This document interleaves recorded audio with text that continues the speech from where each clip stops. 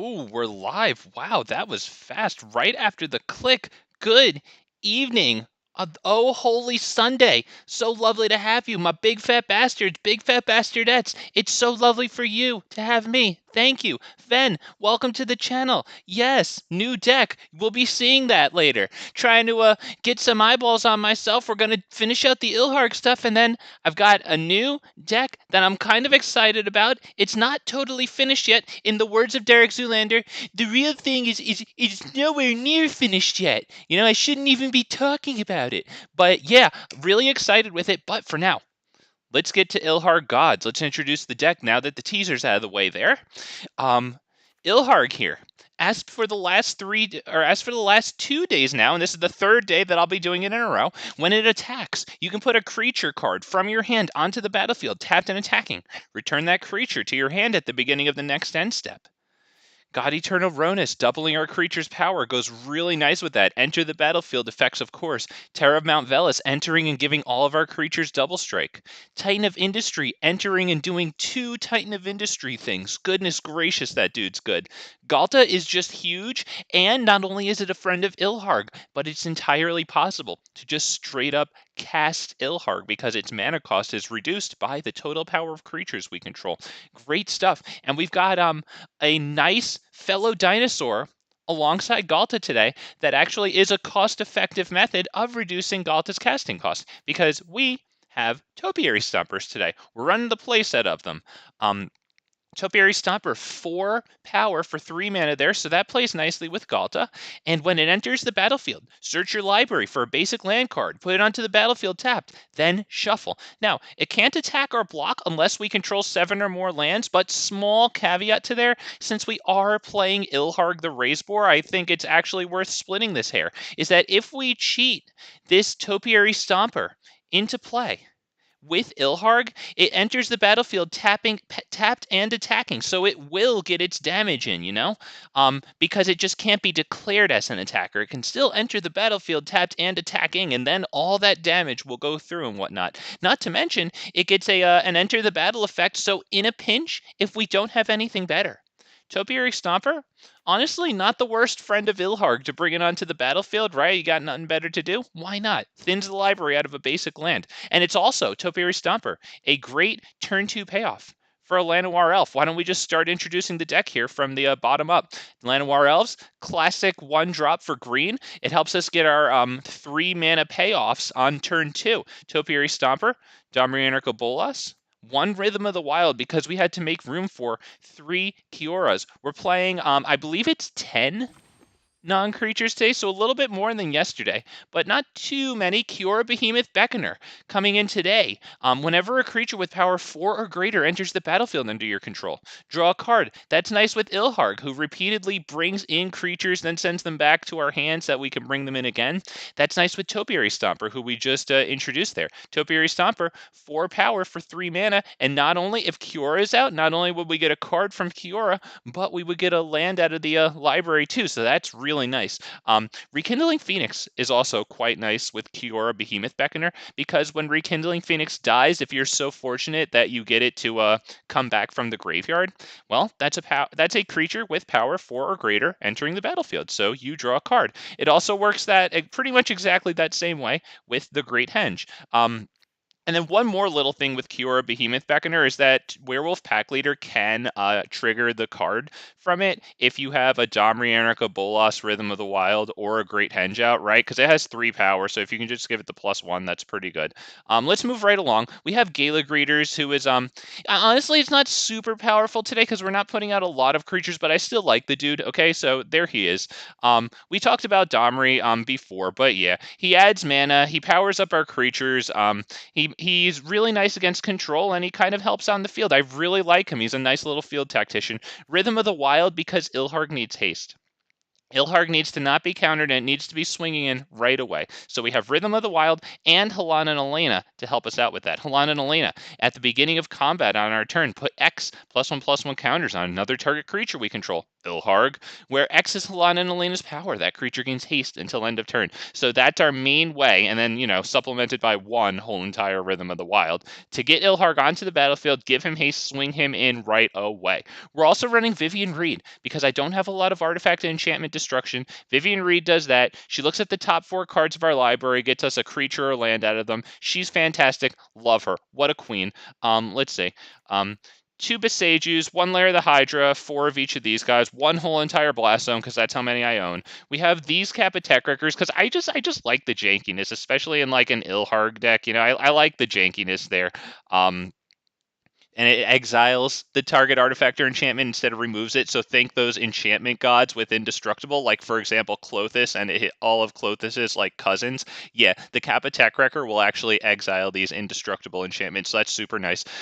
In addition to Klothys helping us out a bit on the graveyard, we have 3 unlicensed Hearses there. I do have 4 unlicensed Hearses. I just thought that in a creature-centric deck, it might be nice to have Klothys here. Klothys, if he comes in as a creature, will trigger Kiora and, get us a nice card draw. Same with Great Henge, blah, blah, blah, blah, blah. 4 Anger the Gods to catch up against faster decks. 4 Rampaging Ferocidon for people who are putting in a lot of creatures or a lot of life gain. Trelasara, Angels, some artifact decks like blue, red-blue, stuff with like Saheeli in it or Salmaster Thopterus that put in a lot of tokens with triggered abilities. Yeah, pretty good against them too, right? Scoot Swarm. So let's explore ranked, grab this deck, and right that all my settings are correct. How we doing? Oh, I didn't. What, William? How you doing, man? Welcome to the stream tonight. And by the way, William, you left a comment. Are you going to use Planeswalker ability and summon 8/8 Octopus token in your match today? That is a different Kiora. That's a I believe that's a mythical alchemy card. So I don't know if I'm going to be using that even in the future, but that's wild, that ability there. But no, that's a different Kiora. We won't be using it today. And hey, Darren, how you doing, man? Welcome to the stream. Well, welcome back to the stream. You know what? Fine. I take this.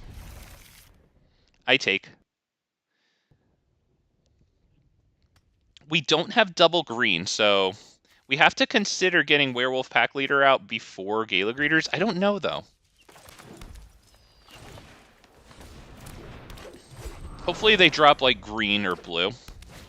Alright, they drop colors that destroy stuff. They brought that down, which is kind of interesting. I say we get the Gala Greeters down. And then next turn we can do Domri into Werewolf Pack Leader.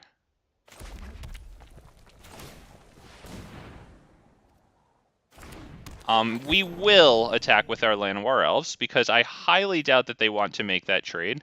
As a matter of fact, no. We will not, because if they want to attack with their Dauntless Bodyguard, we deal 1 damage and prevent 2 with Llanowar Elves. So I think, do I do that? No. Honestly, just because the thing is, I need Llanowar Elves to pay into a Vivien right here. Alright, they've got Thalia down.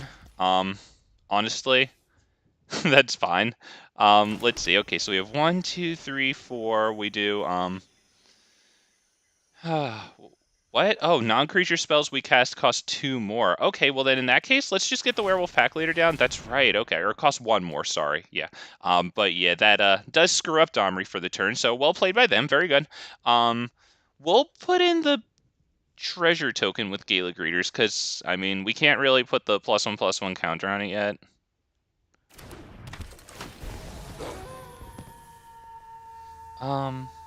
Yeah, just to kind of help cast Vivien for 6 next turn, which is a very steep price.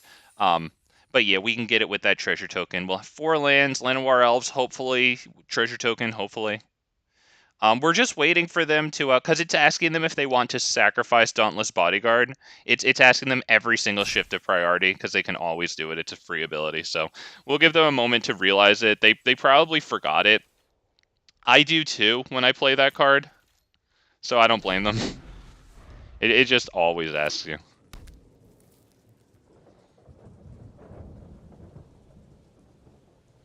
All right, what do we got? I see green over there. Unclaimed territory on human? Yep, well, we see Adelaide. No, we don't see Adelaide. We see this. That is that no blocks, or do we block with Werewolf Pack Leader?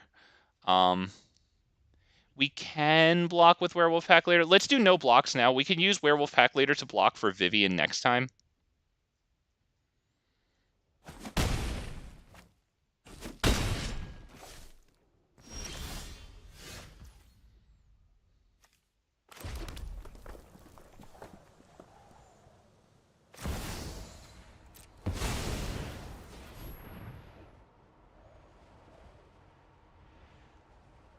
We can also use the Gala Greeters to block Vivien because she's going to have 6 loyalty now. If we block 2 of their creatures, then she lives with 3 loyalty for next turn, and we can, you know, like, get some nice... Oh, come on, man. Ugh, that is poo-poo. We'll get the freaking Gala Greeters, whatever. Kind of sucks. No attacks, pass turn. So we'll block with this Gala Greeters and just, like, get another one down, I guess? That's okay.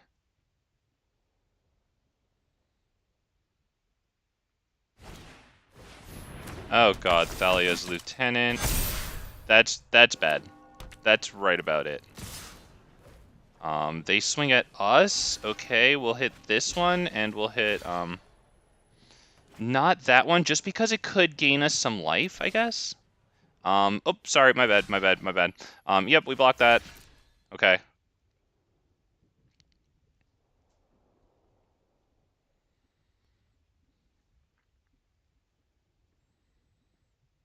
So let's see. We have, with Llanowar Elves, 5 mana. This is now the 6th. We can do Domri and Gala Greeters and use Domri for a fight. Okay, we can't really do that one right now. Let's start with Vivien, see what we get. You can't stop nature. Topiary Stomper is a good fight with Domri. Do we have the mana to do that? We might have to do Werewolf Pack Leader fight.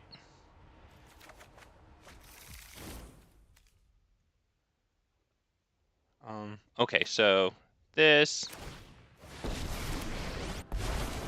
You call it anarchy. For me, it's just business as usual.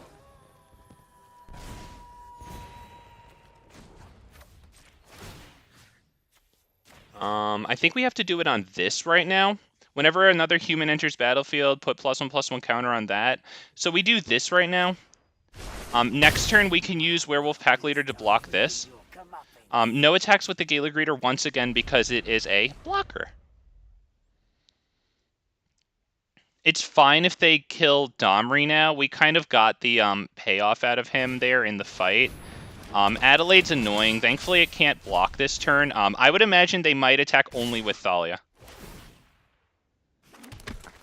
Okay, we're going to block this, and we'll block... I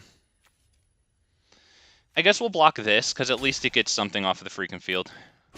Oh, so it's going to be like that, huh? Right.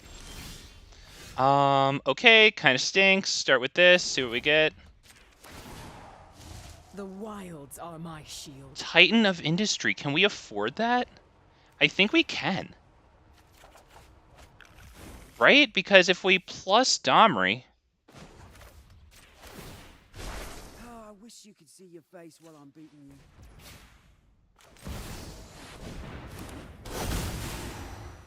you. We will shield counter and Rhino, I think, right? Yeah.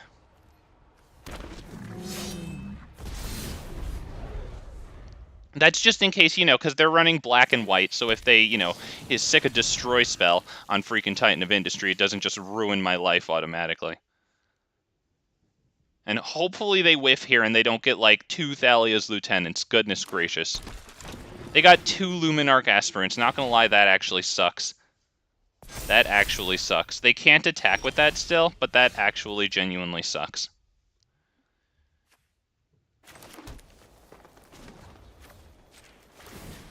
Meet my newest Rekindling isn't terrible because it's a good blocker that recurs. We have 1, 2, 3, 4, 5, 6, 7, 8 mana with Domri here.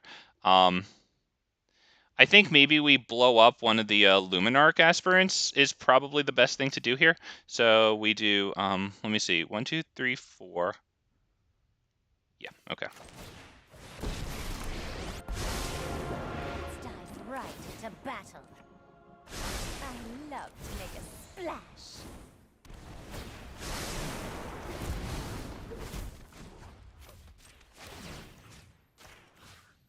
Do we do it on that, or do we do it on, because we could do it on Thalia, we could do it on that, the Luminarch Aspirant. I really wouldn't mind doing it on one of these guys. I think we should. Oh, you haven't seen that. Ravnica deserves its I demise. think we had to do that there. And we don't need to attack because the only good attack is honestly the Rhino token there. I don't want to lose the shield counter off Titan of Industry because that allows it to block the first striker and live. Assuming they don't hit it with Iganjo. Oh my god, okay, they just take back that freaking Luminarch Aspirant. Oh, Thalia's Lieutenant. Okay, nice. Yeah, +1/+1 on everything. Jesus Christ. Another I think this gives... Oh, okay, that's a mana sink. Okay, yeah, this is rough.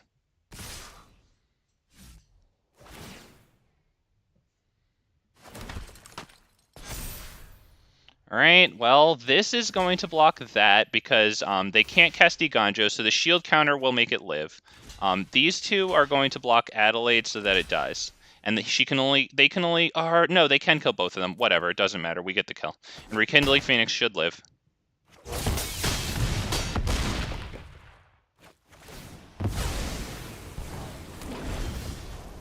We will get a card out of Kiora for this. So we start with 2 cards, which is not terrible. Let's go right into... do they have Artifact Enchantment to destroy here? Or a creature with flying? Whatever, I was just like, what the hell? Maybe it's mine. I must be missing something. Looking like AOG match. I don't entirely know what that is, to be perfectly honest with you. But we got a Halana and Alena. That's actually huge. That's actually freaking huge, boys and girls. Let's see. I can go Rhythm of the Wild. Can we get a +1/+1 counter? Does it matter? Should I go maybe Gala Greeters into Werewolf Pack Leader just to gain some life? Let's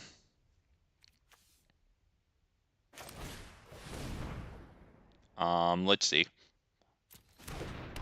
Oh, Anger of the Gods. Oh, 100 bazillion spajillions. Yeah, that is Anger of the Gods all the way. Oh, yes. Yes, yes, yes. This one, we're going to gain 2 life on this, I think. And do we attack with Titan of Industry? Because that's a rough block for them, right? Yeah, that's a rough block. I think we will attack with the Titan. Because then we just untap it with Kiora. Like, I'm not losing it as a blocker. And if I do, that means that they, did big block for that. I doubt they do that.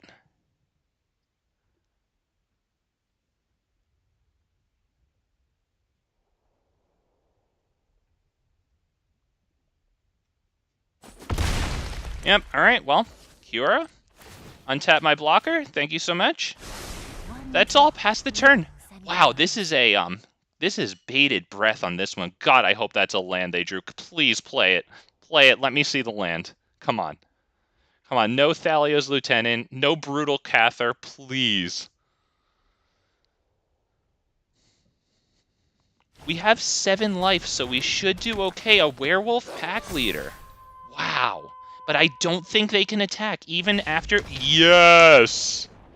Oh, wow. Wow. Oh, my God.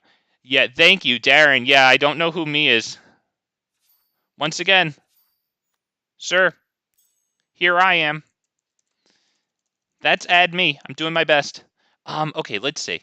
That is 100 bazillion% Anger of the Gods. 1, 2, 3, 4. I don't think we'll need things like Terror. Titan of Industry seems pretty good. I do like Ghalta. Damn it. I like all these freaking guys. I think God-Eternal Rhonas has to stay, though, because it's Death Touch, so it does block a lot of their stuff.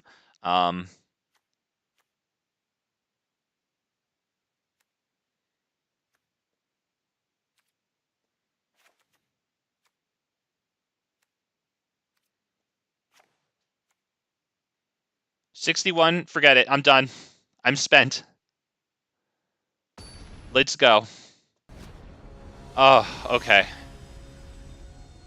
It's really tough taking cards out. I usually know what to put in. It's hard to know what to take out. So when I hit 61 cards, I give myself a break and I say, you know what, you've done good enough. You got it down to 61. Just go.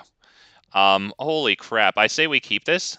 I don't know if it's the best. Okay, I don't know. Oh boy, how you doing, man? Hell yeah! Hi, welcome back to the channel, man. Thank you for your support. Happy to have you. As we drop. Turn 1 Llanowar Elves with the possible turn 2 Kiora. If we get that, and Llanowar and Kiora stick around, that's a turn 3 Ilharg. Now that, of course, won't have haste, but there is a payoff to that, because we would get a card out of Kiora. We also have one of Ilharg's best friends here, God-Eternal Rhonas, to constantly come in. Oh, you won that last match? Missed it. Oh, yeah. Oh, super happy with that. Up against, like, what is this, Abzan humans? I think it's one of, you know, the better decks. Like, I'm extremely happy with a rare win on them. Especially in game 1, you know? Because, like, Anger of the Gods gives me so much of a shot against humans. Okay, so here's what we do here.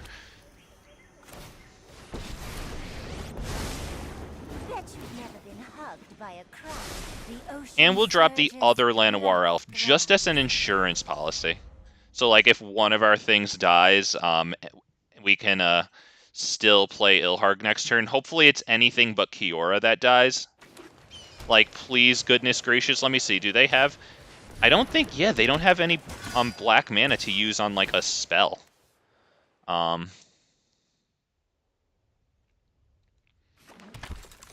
Okay, is this attacking Kiora? I saw them look at it for a second.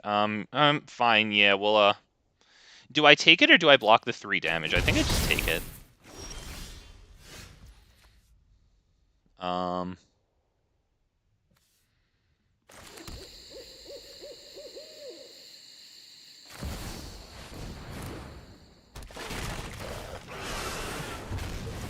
I think we're actually going to untap one of these Llanowars as a blocker, just in case they mess up. You never know. They could get Ilharg. We hope to goodness gracious they do not. To the point where I don't even think I'm going to block with Ilharg, just in case they hit a nicey Ganjo. Like, yeah, I need that Ilharg so bad, because if we can do the God-Eternal Rhonas, like, that's going to be brutal for them. Because God-Eternal Rhonas is going to enter. It's going to get us a card off of Kiora. Damn it. They do that. That sucks. Put it in library, 3rd from top. Yes, very annoying, because now they get a big swing at Kiora. I think I'll block it with, like, a Llanowar Elf. Although if they attack all at it, I think it just dies even if I block, so that sucks.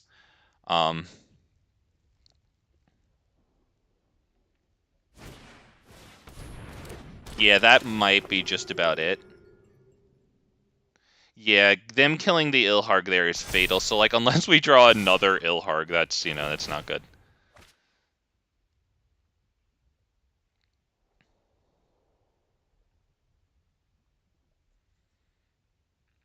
Okay, we're waiting a moment for that. I don't even care, just hit me. Let's just freaking go. Yep, on to game 3. Let's go. So that one settled a lot more fast. That was more like your typical game against humans. And I do have 4 Anger of the Gods, right? And is there anything like else? I don't think so. Yeah, I think I'm good here. I think let's just not have Ilharg die. Can we do that? I don't know. It's tough. Ilharg gets a target on him. We play first in game 3. We have Llanowar Elves plus 2 sources of red for Anger, so I'm going to take it.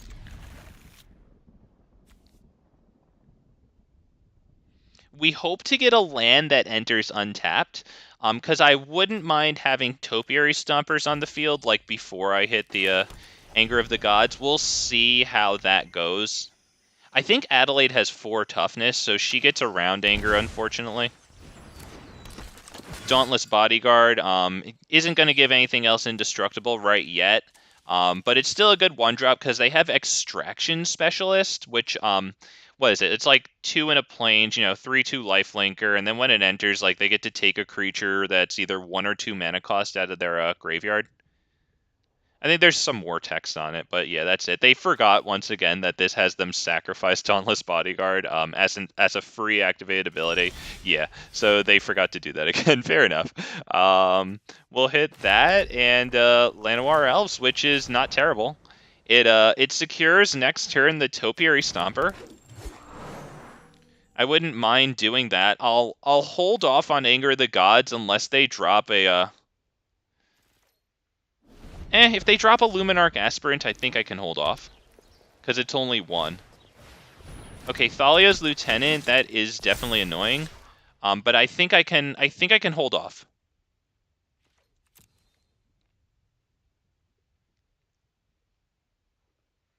So we'll get a Topiary Stomper down. We have enough red. We'll grab a source of green. Yeah, I think that's what we do.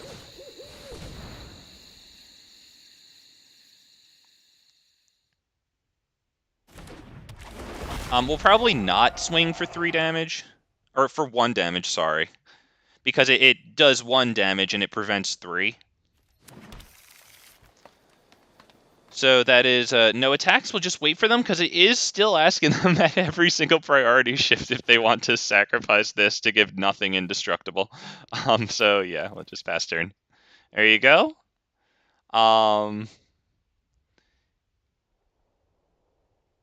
The Great Henge is affordable at this point, interestingly.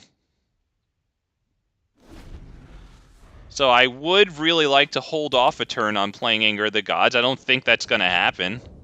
But goodness gracious, would I love it. Alright, yeah, that thing basically guarantees it. But the good news is that we have a beautiful wipe on them here. An absolutely beautiful wipe. Do we block with Llanowar Elves? I think so. Right? It just kind of makes sense. We'll save a bunch of life here. Yeah, but we will kill everything here, I guess, except the Dauntless Bodyguard. They'll just sacrifice that to avoid it being exiled, most likely. Excuse me. Wow. Okay.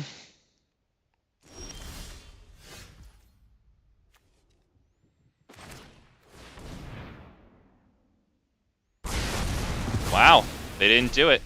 That's actually really nice for us because they do have a way to take this back from the graveyard. At least one that I saw, right? Extraction Specialist. So it looks like we definitely hit them with a bit of a blow there. I think we'll drop Gala Greeters. Yeah, because then Gala Greeters into Topiary. I mean, we could also just do Topiary, honestly. Because that gets us Ilharg down next turn, which is really nice for the Great Henge. Yeah, I'm okay with this. I guess they're waiting for kill spells. This guy, not gonna lie, for all his cosmetic styles, he certainly cares more about the looks of his cards than his opponent's time. That's for sure. Hello, knock knock. There he is. All right, there you go. You just got to give him a nudge sometimes, but there you go. They did the right thing. We'll drop another forest. Past that turn, they hit the Collected Company. Oh boy, this could suck. Luminarch Aspirant and this. When it enters the battlefield, that's the thing that could have just taken back their Dauntless Bodyguard, so it's too bad that they didn't do that. Either way, they're doing great. I would assume they put the +1/+1 counter on that one. Yeah, because that has lifelink. Yeah, that's brutal. That's definitely brutal.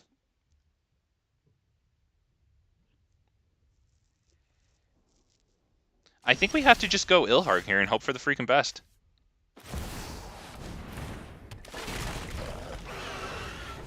We only have 1 blocker. So I think, honestly, they just swing wide, and that's it. Good game, right? They just swing wide. Yeah. Yep, we'll just press spacebar. We'll let that go. Good game, dude. There you go. I mean, we're all tapped out now, so I think they're just going to swing in. I think they can handle that in a timely manner. Very good. All right. We end our first series against Abzan humans the way it was supposed to go. Us getting crushed, but we did have a little bit of competition there at the in that last game. Not too much. But hey, we took game 1. Happy for it. Hell yeah. Let's go, baby. Copium. Huff that copium with me. Oh, feels good. Oh, feels better than admitting that we got stomped all over the place. There we go. Let's get into another one. I'd like to thank everyone for showing up. Damn, you almost have your notifications on.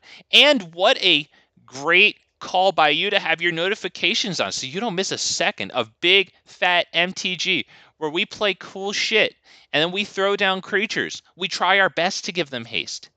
And we just send them freaking running at our opponents' faces. Oh, God. I love fat creatures, man. Big Timmy here. Oh, hell yes. Damn right. Let's go. We're up against Peaceful. I like it. Bell. That's right. Ring that bell. Play first. That's why they put it on spacebar. That's the choice you make. Oh, we're missing the second source of green. 2 pack leaders, no second green. That sucks. Yeah, we keep this. This is kind of awkward. I think I am actually going to get rid of Rockfall Vale. Yes, please. There it is. We did it. We did it. This one tapped. There we go. All right, and we are off. I like these sleeves. They're like simple. I like them. Let's see. Layer the Hydra so it can enter tap for us. Very nice. We drop the Werewolf pack leader up against blue here. Oh, what fun. And will they drop white? Oh, wow. They're playing like they're going to drop white. Oh, boy. All right, well, boys and girls, Big Fat MTG knows things, okay? And at this point, you do too. When they take that long to do that, you know.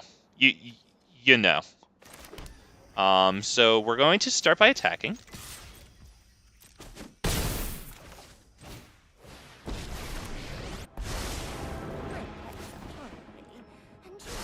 Let's get moving. What on the sleeves? A spaceship? To me it kind of looks like some cool little diagram of moon phases and stuff. I don't know what this is. Honestly, my text box on screen is not see-through, so like I can see like some of this. It's basically like right where the text box is for you. At this point, I think that they're kind of going to counter whatever we do. So why don't we just attack?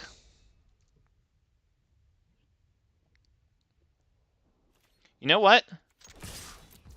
Let's use its ability. I want more damage, because I think Halana and Alena just get straight countered, so. And we will untap it, just in case they want to bring in the Wandering Emperor on their turn and get rid of it, right? There's the only reason. But I think it's a good one, so, yep. Oh, blue-white player passes turn. Oh, I'm already asleep. Oh my god, wake me up. Okay, we drop Blast Zone. Do we drop this Werewolf pack leader? I think they want to play the Wandering Emperor. If they let this resolve, that tells me they have Wandering Emperor. We will not attack. Although that does kind of put it into a wipe.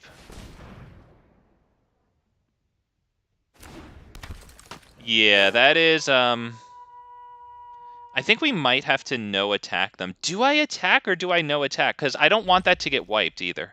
That's the thing. But I'm going to gamble here. I'm fairly confident they let that resolve because Wandering Emperor. That doesn't mean they don't have it. That just means that they opted for Memory Deluge instead. Oh, wake up! Wake up! Ding, ding, ding! Oh, maybe grab a cup of coffee. You'll definitely be able to put up some coffee, get a nice slow roast on it to really bring out the flavors of the beans and everything. Ah, yeah, there it is. It's the supreme verdict. Yeah, you'll be able to slow roast a nice batch of coffee by the time we're in game 2 against the blue-white player. Nevertheless, we will put 1 counter on Blast Zone, bring it up to 2 there. We might need it to get to 5 to kill their Teferi. Yeah, unfortunately we lost the Werewolf pack leaders, but I still believe that they have a, what's it called in their hand? Wandering Emperor. Know what I'm gonna do? Let's do this.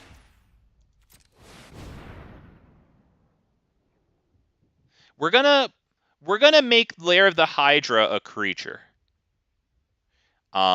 Is what we're gonna do here. I think that Memory found what I mean, most likely. It's a phenomenal spell. It probably did find exactly what they want. Cest La Vi. That's how it is. We will Lair of the Hydra for X equals 1. Just make it a creature, just so that we can put the counters on it and actually swing in with anything. Oh. Big fat brain. Oh my god. Over 9,000. What's that IQ? It's over 9,000. Oh, yes. And the sensor. Okay, very well. Yeah, we're a little past sensor's time for usefulness. I mean, we do run Titan of Industry. They don't like Blast Zone. They don't like Halana. Hey, you're just gonna pass the turn, dude. Just, yeah, thank you. Oh my god, it's seriously, it's... the thing is, like, it's such a mixed bag of emotions playing the blue-white player, because it's like... I do give them credit. After I'm done, like, with the snoring and all the shit talk, like, I do give these losers credit, you know? I think we should only make this X equals 1, once again, because I think they're just gonna blow it up again. Or, like, Wandering Emperor it.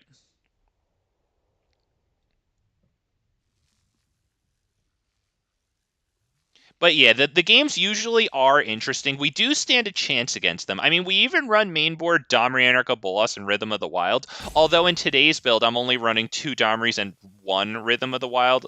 A lot of times I run 2 and maybe even 3 Rhythm of the Wild. Back in the day, I used to have a lot of main board hate against enchantments. But yeah, they honestly are good games. It's just that, like, the process of actually getting through that game, which is a good game, is just freaking teeth pulling, man. After all this shit talking, I do give these losers credit. Oh, I do, yeah. Now, I mean, now that you write it and I actually look at what I say, yeah, sometimes, okay, yeah. Okay, and now we'll only attack with Lair of the Hydra because, you know, oh, sorry, spacebar, yeah, not only settled the wreckage, but I do believe Wandering Emperor's in their hand. And after they hit a Memory Deluge, like... Oh, they're just gonna hit the Soldier token. That's actually really good. Do we hit that? Do we hit that with Boseiju? Let's wait, because the thing is, there is another target for Boseiju, because the non-basic land, the Hall of Storm Giants.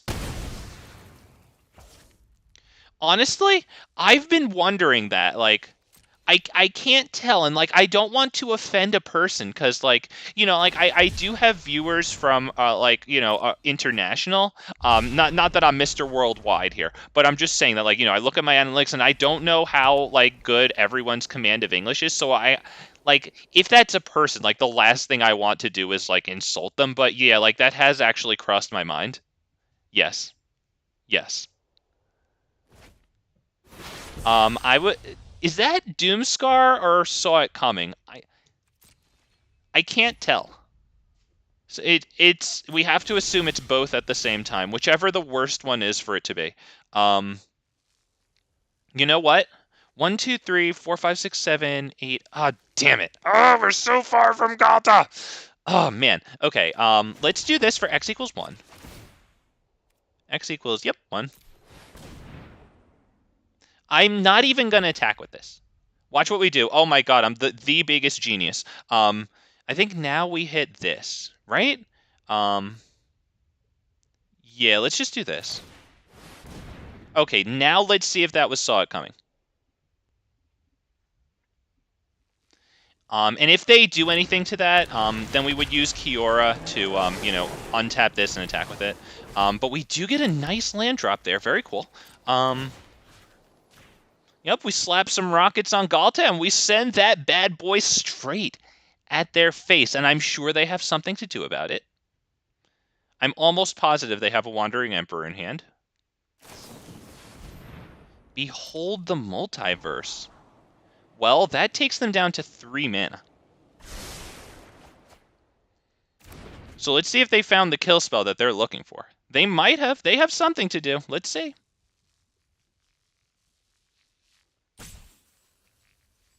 They're taking a while to do it, though. Do they actually have the thing they need? Wow. Yeah, they do get it. I think we might still get the counters. I think we might still... Oh!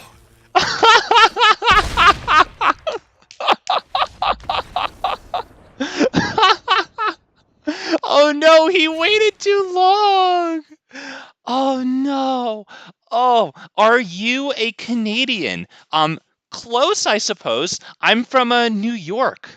From like just north of New York City. Oh, thank you. Yes, great play. I mean, we got a little lucky off of their snafu, but yeah, very, very fortunate. I might bring in Clothis because it's a dragged out game against them, and it does provide value over time. Clothis in, what out? Gala Greeters. 1 Gala Greeters, because the thing about Gala Greeters is it requires to not only stay on the field, but then other things enter the field. It's not even an on-cast, right? It's when they enter the field, so they have to resolve. Gala Greeters has to stay around, and against blue-white control, yeah. Yeah, no. Nice, New York. I'm from Texas. Cool, hell yeah. Far from, oh yeah, definitely. We got a really big country. It seems like this country is like a lot of little countries. There's so much, man. So much area, so much culture, accents and stuff.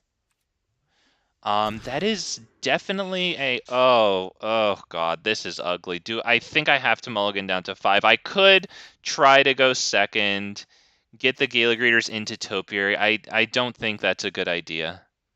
Do we try this? Because the thing is, if I mulligan down to 5, yeah, I'm gonna. Damn it! Ugh! Okay, we got keep 5. Okay, sure. Keep 5, yes. Get rid of.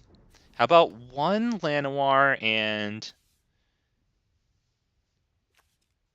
Topiary? Yes. Yes. Wow. Okay. Thank you for growing old with me. I know. I know. I know. But in my defense, you saw those hands too. They were iffy. And that's putting it lightly. Now we ask them nicely not to portable hole our Llanowar Elves. It looks like they've complied. We have to say thank you. We're going to test the waters not with Clothis, who I would like to resolve more, but... do we do Werewolf? Because I'd kind of like Topiary to get us the land. Let's do Werewolf. That's a pretty good thing for them to counter, all things considered. I'd be happy countering it too. We will swing for 1 whole entire damage there. Let's go.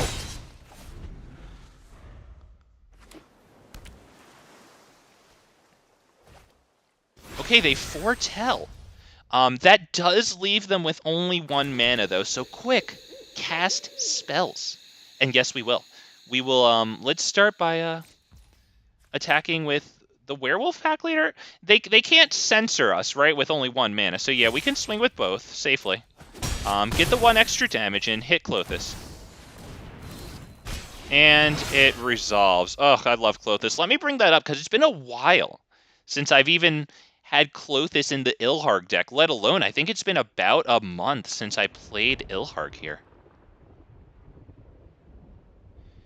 Grandmas and grandpas, yes, yes, thank you for growing old with me, I appreciate it, yes, gray hair, thank you. Thank you. Okay, I think Rekindling Phoenix gets, I think it just straight gets countered. That's like our worst nightmare for it. I think it's Topiary Stomper to test the waters, you know what? No. Werewolf Pack Leader ability makes himself a 5/3. Now we attack with both of them. That's power 6 or greater. We get the card out of Werewolf Pack Leader. They can hit their Wandering Emperor to their freaking heart's content.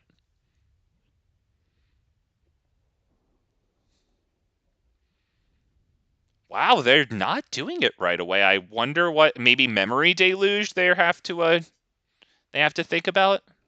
I mean, you can hit Memory Deluge during your turn, during my turn now, and then untap into Wandering Emperor, you know? Like, do whatever you want, my dude. Alright, they take away our card drawer. Good on them. That's what they're supposed to do. But we did get a card out of it, so it is nice that it replaced itself. With a Topiary Stomper, yeah, not the greatest, but you know what? That's 2 Topiary Stompers, which could start getting us up towards 7 mana. Like, especially, yeah, we're going to draw a land there. We can play 1. Hopefully it doesn't get countered. I mean, I assume that one of those foretold is going to be a Saw It Coming, and we'll see that here. Yeah, we see the Wandering... Oh, yeah, you can't miss it. Really can't. We'll get the that. Do we get the other Topiary Stomper? You know what? I think not, because I think if we do, then we can't hit Wandering Emperor. I would like to bring it down from 2, where it can exile, right down to 1, so that if they want to put in the token, then they have to lose it, you know? Yeah, and then plus if we play the other Topiary Stomper, that guarantees that they wipe, because then we'd have 7 lands. And it can't attack or block unless we control 7 or more lands, so when they see that green light for us, they will say red light. No. No, no, no. So yeah, and we have to assume at this point that this is Doomscar. I don't know if it's that. It could be Saw It Coming, Behold the Multiverse. Last time I think it was Behold the Multiverse. But yeah, that one shot from the Llanowar Elves actually paid off there because they did have to kill their Wandering Emperor to make the token. They might have another one, but we did that, okay? We did that. Oh, come on. Fine. Do I want it on top or on bottom? Let's put it on top. I'm kind of okay with it. I mean, they went through the trouble of doing that to it.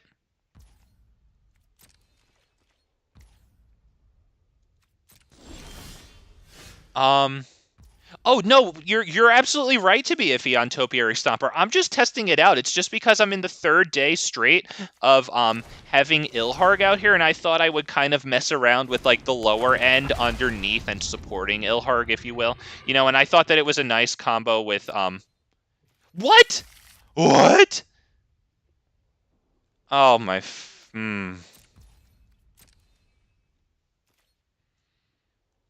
Okay. I may have prematurely hit the decline button there, just moving my mouse pad up to act... Jesus Christ, hey. That's really frustrating. All right, let's rip out our hair, freaking Mo, Larry, and Curly style, because holy crap, that really sucks. That really sucks. Okay, I mean, not gonna lie, that is nice counterbait, so I'm gonna start with this. Because I actually want both of these things. Yep, we'll, on Llanowar, and then we attack. Only with Llanowar.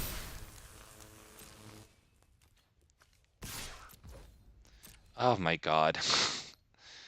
I declined the Topiary Stomper land. That's beautiful genius. Wandering Emperor, maybe? Ah, I thought maybe we'd see them flash the Wandering Emperor and give that thing the +1/+1 counter and first strike. Okay. Let me just do a quick check. They don't have Hall of Storm Giants. Okay. So, sorry, I didn't finish responding to you because you said, is he much better than Wayward? That's actually pretty interesting. Not gonna lie. Because since I'm running Gala Greeters to make treasure tokens, that helps with the City's Blessing. So that is interesting. Okay. That's Topiary Stomper. And this time I'm not fucking that up. Gosh darn it.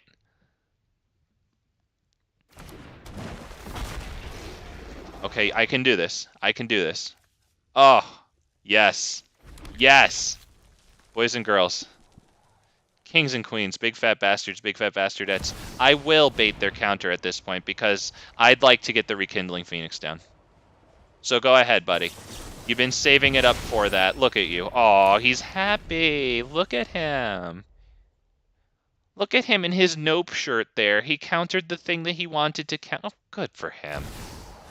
Okay, Teferi, that sucks because they have 2 mana untapped still. So at the end of their turn, they will have 4 mana. It is early morning in Japan, so I am off to university today. Cool, man. Good on ya. Very good. What the hell do I do here? I mean, enjoy. I don't know if you're going right now, but you know, when you do, have a good day, man. Take care of yourself, and thank you for stopping by. I appreciate having you, man. Let's do this for Bigly, I think. Yeah, we'll do this for Bigly. We'll hit it for, let me see, 6? Yeah. Because that'll force them to consider doing that. Let's see. We'll do Topiary Stomper at... Do we do it at that guy? Because they can Wandering Emperor this is the thing. So I'd rather get the damage in on Teferi. Right, they can't Wandering Emperor this since it has Vigilance. It'll never attack. Or it'll never tap, sorry. Settle the Wreckage. Well, we'll get them with a nice, because that's good too. Good for them. Let's see. 1, 2. There you go. Put those onto the field. Okay. That looks like it's about it for game 2. I don't know what we could draw that would be, like, good here.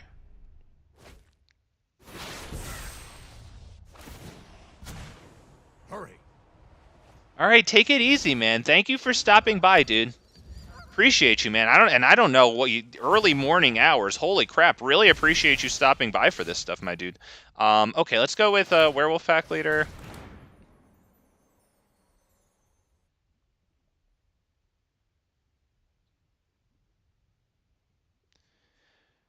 Okay.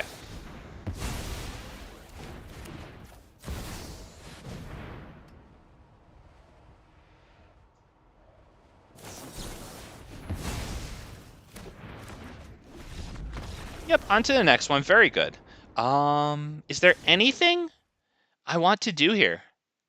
Damn, Clothis would be really nice against them. I'm telling you, man. Again, in the freaking drawn-out games, yeah, good stuff. I kind of think They don't have any graveyard, silly, right? Yeah, no. Let's just go done. We did see that they are running Settle the Wreckage, so that will, of course, impact our behavior, as Settle the Wreckage does. Always be attacking with minimal things. Halana and Alena is actually really nice against Settle the Wreckage because it enables you to, like, you know, more easily attack with, like, one thing and still get some nice damage out of it. Rampaging? I wasn't sure about it. If they had Shark Typhoon, I might have done it. I wonder. I wonder if that's a good thing. I'll have to consider that. Do I go first and risk this? Because if I don't get another, you know, I'm pretty screwed if I don't get, like, another land. That's, damn it. This sucks. I'm freaking, do I keep this? Because if I don't get a land, I'm screwed. But if I think I have to go down to 5. This really sucks. Oh my god, yeah, that's bad. All right, that's freaking it.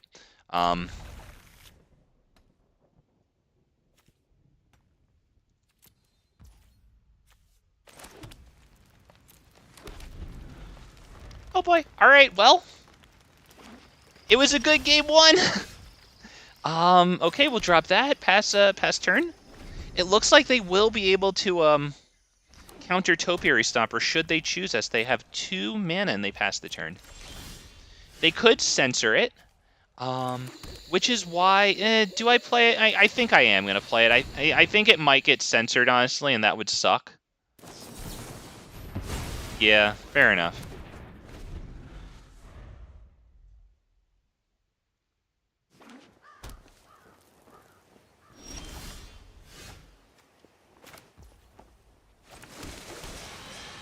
Do we hit Clothis? I think we do. It might not get counted. It probably will. I think they have their eye on countering it. Wow, another censor. All right, too bad the Lair of the Hydra came into play tapped. Although I wonder, they could have the Absorb in hand.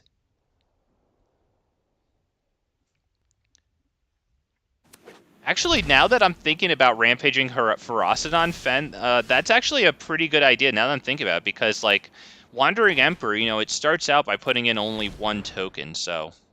Rampaging Ferocidon with Menace, now that I think about it. Yeah, I'm gonna be, yeah. I'll be considering that in the future, because I think I might not sideboard in Rampaging Ferocidon as much as I should sometimes. Okay, anywho, moving on with our lives. They hit Behold the Multiverse. We hold open Tamiyo's Safekeeping. It's not too much, but it's something. They hit Portable Hole. I think we have to do this. It's like the only thing we have. And if they counter that, then fine. We get Halana and Alena down, and, you know, they probably wipe.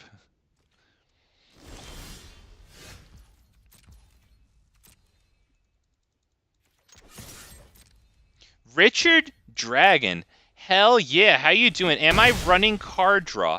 Not too much. I'm running, I think we end the turn there. I'm running the Werewolf Pack Leaders, largely because of their ability to draw us cards sometimes. But I think I have Vivien Reid and, oh, I ran Kiora today. Right. So yeah, Kiora is going to be getting us cards. Whenever a creature with power 4 or greater enters the battlefield, we draw a card. Yeah. Sometimes I have, used Toski, the Bearer of Secrets, that little squirrel dude that's indestructible, can't be countered. Because whenever a creature you control, right, deals combat damage to a player, draw a card, blah, blah. Yeah, it looks like it's about it here, to be perfectly honest. I think I'm going to, I think I'm going to drop the Pack Leader. Let's drop that, actually. Yeah, we're just not getting our card draw here, unfortunately. This is pretty much over at this point, especially if they can drop Teferi. I assume they don't have him yet, or they would have done it last turn, so maybe they just need like a Memory Deluge or some sort of draw. They hit a Behold the Multiverse. Okay, they get Lair of the Hydra. Fair enough. I guess we'll thin out the library by one whole entire basic land here. Richard, one moment. My mom needs to see this new Mexico cop breaking car windows for new Mexican cop breaking car windows for nothing. That's why I got on YouTube. But here's a like. Hell yeah, Richard. Thank you, man. Thank you for stopping by. Let's go. Let's go, man. Get that like on Big Fat MTG stream. Show the world. Big Fat MTG. The audacity of fun. You don't have to play Liliana. Enigmatic Incarnation, Giada. To have a good time. It might help. Especially if you enjoy winning. Do we want to kill that? I think the thing is, settle the wreckage. We should respect it and not attack with Halana and Alena.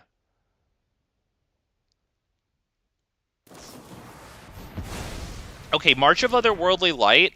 That's not bad because yeah, that exiles Rekindling Phoenix. They have a lot of exiling is the thing between that, Wandering Emperor, Settle the Wreckage. So Rekindling Phoenix, maybe in the future that could be the takeout. I could take out Rekindling Phoenix because they're exile heavy, and I could put in Rampaging Ferocidons. At least start there. Yeah, no attacks or no blocks. Sorry. Wow, they hit Teferi. Okay, maybe we'll be able to resolve the Phoenix. Oh no, they're gonna tap and have 4 lands. Ugh, that sucks. Because that means settle the wreckage. But nevertheless, we'll send this one at Teferi, see what happens.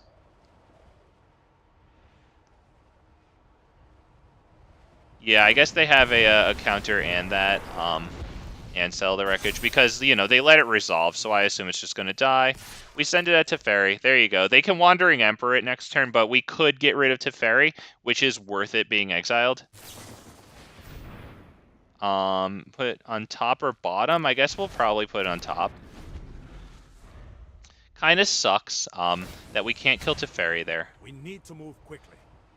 Because, yeah, at this point, it's closing in on over. We don't have a Kiora or a Great Henge to give us a repeated card draw. That's what we would need for that, so it's not looking too good now as they refill their hand and we don't really.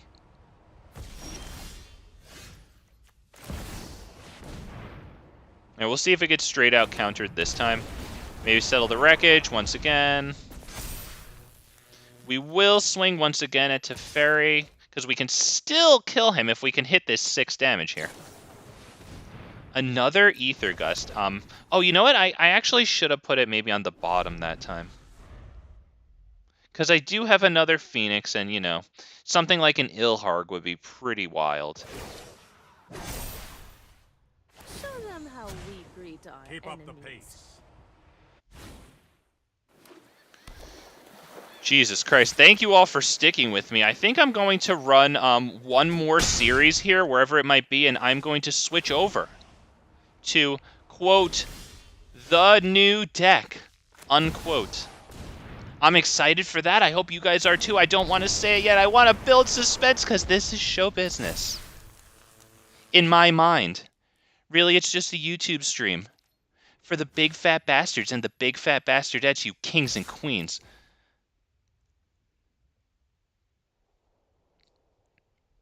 Hell yeah, let's go. Emotes in the chat. Let's go. Thank you. Hey, you know what? Let's start the next one. I think I've what do you call it? I think I get the idea. Let's put it that way. We tip our fedora, of course, to the blue-white player. Decent game, you know. Didn't take super forever for every individual thing, so we have to be grateful for that. Hashtag count your blessings. Hashtag Thanksgiving is every day. Let's see. Yeah, one more series. Let's go. All right. Oh, man. Let's see. Dear Lord, in heaven, hallowed be thy name, thine kingdom come, thy will be done in heaven as it is in earth. Please give me this day an interesting opponent, and make our game competitive, and lead me not into stomped or getting stomped, but deliver me to a fun experience. For thine is the kingdom and the power and the glory forever and ever. Amen. Richard Dragon. Okay, that didn't work. Don't look up. That's depressing. Okay, fair enough. Anyhow, hello, big fat love. And right back at you, man. Thank you. Appreciate you stopping by. Let's go. As always, appreciate the continued support. Hey, guys, should I keep the hand that had 7 non-lands? There were a lot of good cards in that hand. Oh, gosh. All right, yeah, we'll keep the 6 here. We'll drop Titan of Industry. We'll pray, boys and girls. We'll pray. I mean, I actually just did, so. I like this sleeve. I like the purples in it. My favorite color, of course, is bluish purple. So as we get in there, as the blue and purple gradient into each other, I see some bluish purple. I like that. Gala Greeters, so that they can hit it with the Fatal Push. That's super fun.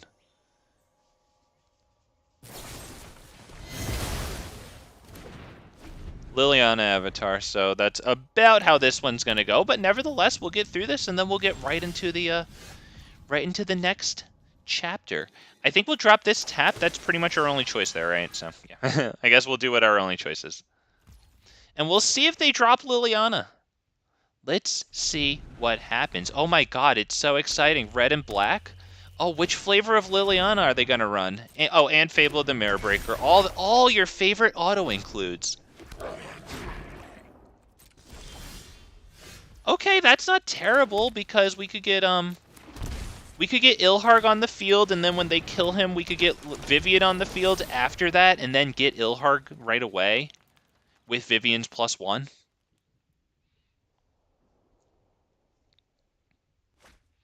Would be nice if Halana and Alena lives, but, like, let's be real. Like, we are up against Rakdos, so I mean, let's be real, yeah. Enough with the mysteries. I've always hated crowds.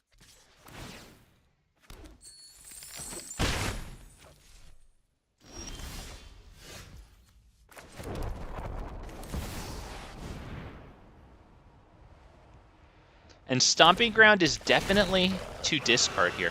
Now, fortunately, Ilharg, at 5 mana value, will get around Fatal Push. I'm sure they have 100 bazillion other things to do.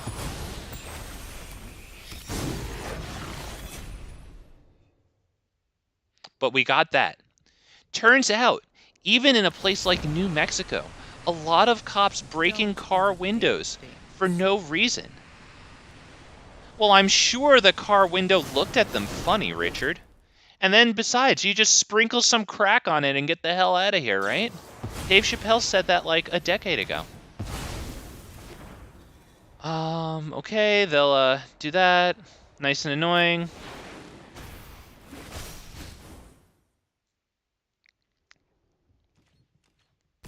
And better luck next time, sir, as we drop Vivien Reid. Oh god, alright, yeah, then we can't even do Vivien. I'll look at what we draw. Yeah. Fair enough. The best games against Rakdos are the ones where you get the hell out of there and onto an interesting game as soon as possible. Now, do we hit Clothis? Because it is possible that they have Kroxa somewhere going on here. Mardu. Interesting. That makes it maybe less likely that they have Kroxa. I don't know.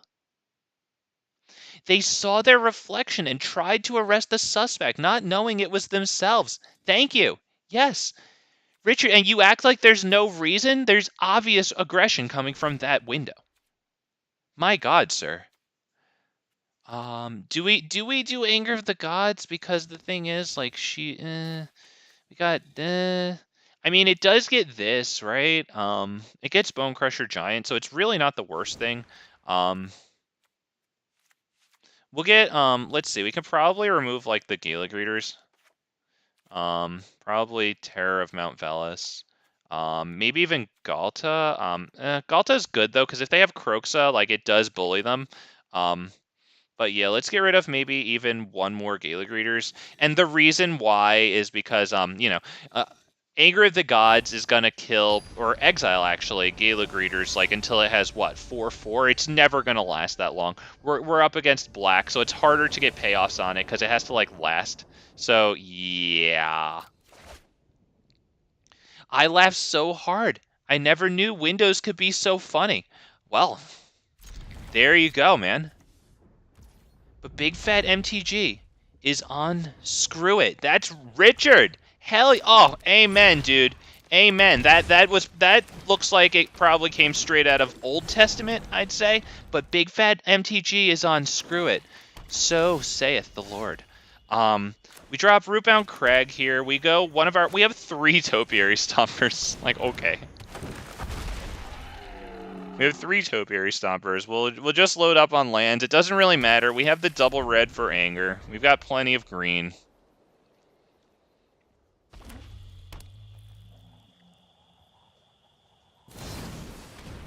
Okay, they do that. Fair enough. That's a perfectly good thing to do with their manas there. Looks like we're going to have 2 Topiary Stompers, possibly, attacking and blocking next turn. It depends what they do, of course, but we're dropping mana number 5 here. We have number 6 in our hand, and number 7 will come in with this Topiary Stomper. Graveyard Trespasser. Well, it looks like we will, in fact, attack with 2 whole entire Topiary Stompers. Am I okay with it? Oh. I think we're going to do this, attack, and then Ghalta. New Testament. Ah, very good. A scholar, Richard. Christ himself said it. Oh, so saideth Christ almighty. I love it. We attack with 2 Topiary Stompers. You love to see it. They can't break the board, right? Because I do want to play Ghalta there and kind of, like, you know, really force their hand. Because, like, I feel like, yeah, we actually got that one. Okay, not gonna lie. Let's just do that again. Lol. And then maybe they didn't even have a good hand. Well, let's just play a perfect game again, lol. Let's do it. Easy. Uh-oh. Uh-oh. Dull hypothesis. Did you just sideboard dull hypothesis? I have a dull hypothesis of my own. I think you just sideboarded, and you did it after game 2. Not after game 1. You didn't take me seriously after game 1. You took me seriously after I stopped you in game 2. Let's go. Jesus. This, okay. Yeah. Yeah, we're gonna keep it. We're gonna pray. Ladies and gentlemen, I ask you for your thoughts and prayers. Thoughts and Priors as we begin Game 3, the Rubber Mash against Dill Hypotenuse. Let's go. That's going to be Stomping Ground.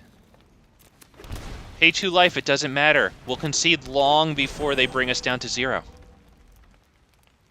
It's practically irrelevant. Okay, that does suck because we have numerous 3-mana payoffs for that we're kind of hinging on it. So, thoughts and prayers this time for a land. Please and thank you. Preferably one that taps for red. Also, please and thank you.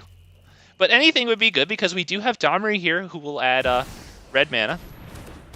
Oh gosh. Okay, well, we never expect Gala Greeters to live. Okay. Good game.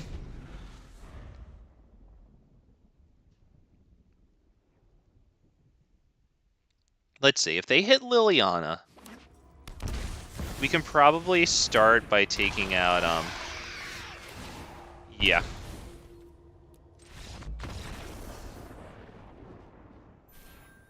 There you go, boys and girls. Drum roll, please. So, why don't we switch formats? Let's do something different. I'm feeling a change of pace. How about you? You too? Great. All right, let's go to decks. I would honestly rather burn the cards that pissed me off. Still, my priors are with you. Thank you. Yes, if we can't burn them, then at least I have your prayers. As we go, here it is. Now, ladies and gentlemen, this is missing plenty of rares. It is. For example, like a lot of triomes in the lands department, because I only have like 4 of the triomes here. But I noticed that I had a lot of cards, not only for Historic Brawl, Joda, but actually for Explorer, like 60 card constructed Joda as well. And I'm going to be opening packs of Dominaria for the foreseeable future, so there's a whole bunch of nice stuff in there for Joda. But yeah, right now, while I have one Joda the Unifier, perfect for Historic Brawl here. Legendary creatures you control get +X, where X is the number of legendary creatures you control. And whenever you cast a legendary spell from your hand, not a creature, but a legendary spell, exile cards from the top of your library until you exile a non-legendary, or a legendary, non-land card with lesser mana value. You may cast that card without paying its mana cost. Put the rest on the bottom of your library in a random order. So like a pseudo Cascade there. To be honest, I don't remember exactly what Cascade those. I don't remember the difference, but it doesn't say Cascade. And we have all sorts of goodies in this deck. Now, let me bring it up here. Because a lot of the lower end, you see like a whole bunch of like patches of green in here. That's just for the ramp. We've got like Explore, and for protection too, right? Heroic Intervention. But we got Elysian Caryatid here, at mana of any color here too, mana of any color. Let's see, Growth Spiral too. So we have a lot of, yes, the Monkey Elder. See, it is not a legend. Actually, I would say tragically for this case, but it's super awesome that's not a legend. But since we have so many creatures, actually, let me take a look at the stats here. 37 creatures, 25, not bad. Since we have so many creatures and Joda, the commander, when we cast legendary creatures, you remember that effect, like that big paragraph? It lets us cast the next thing. So that's another cast. So we could like double value off of Silverback Elder. Not to mention, I always am kind of at a lack for artifact and enchantment removal. So yeah, this is going to be really nice. Now let's see. We've got a bunch of ramp, like Chromatic Lantern, this. I thought that the Relic of Legends would be especially good in this deck since we got so many artifacts, or so many legends, I'm sorry, and I'll just cover them really quickly after looking at like a Firemind Vessel, and Mirari's Wake, I think, is the last really big rampy thing that we have, but yeah, I think that one's nice. So let's take a look at the legends really quick. We've got Thalia here. I'll be running 2 of them in the Explorer version come that time. We've got this guy, just because he gives haste at the cost of a mountain.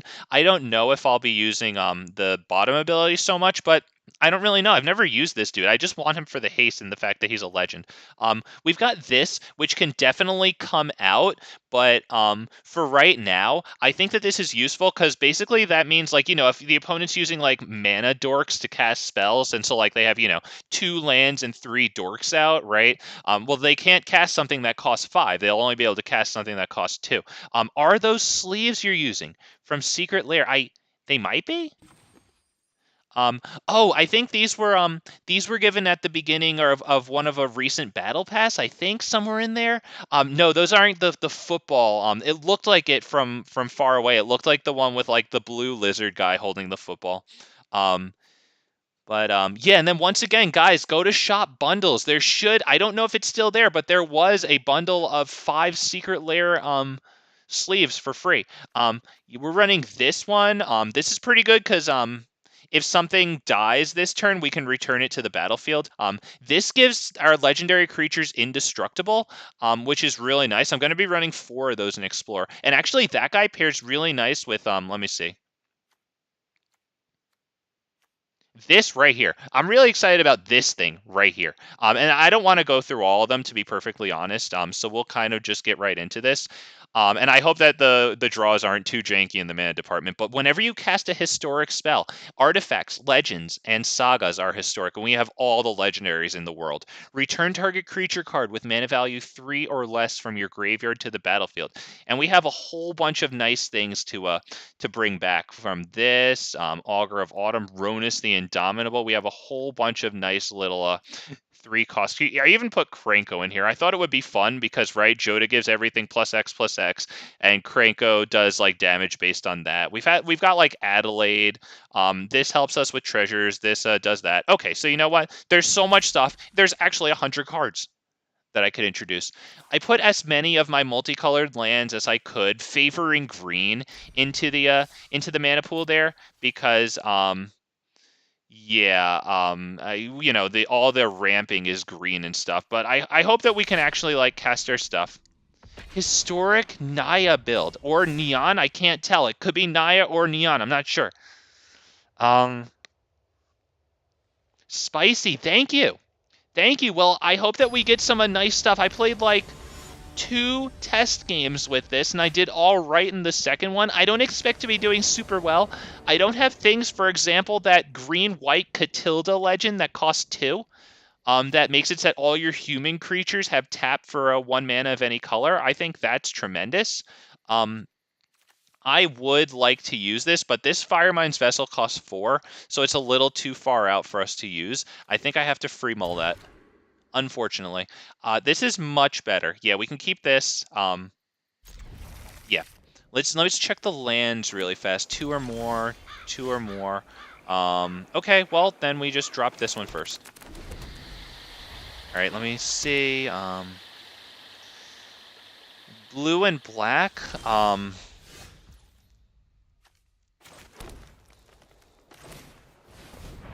Please don't counter it. Tainted Indulgence. Very well. Okay. Oh, interesting. Sorry, I have to move my text box. There we go. Okay. Oh, interesting. Show me why I'm wrong for hating 100-card decks. I go min as much as I can. Well, one reason is that you don't have to collect play sets of cards. Did they make us sacrifice? Oh, okay. Okay. Sorry. Thinking.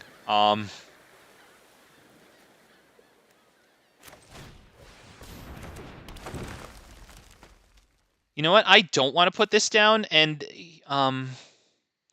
here's the reason is Meat Hook Massacre for 1.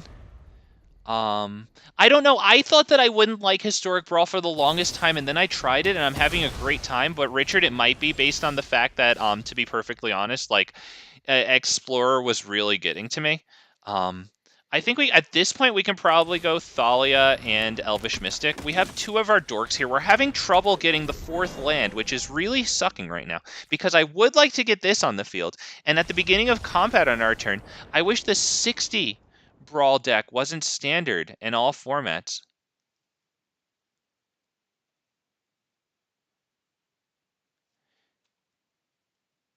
Wait, there's a 60 Brawl deck? Is that what standard Brawl is? Because I've never even clicked that. I see that. It's like...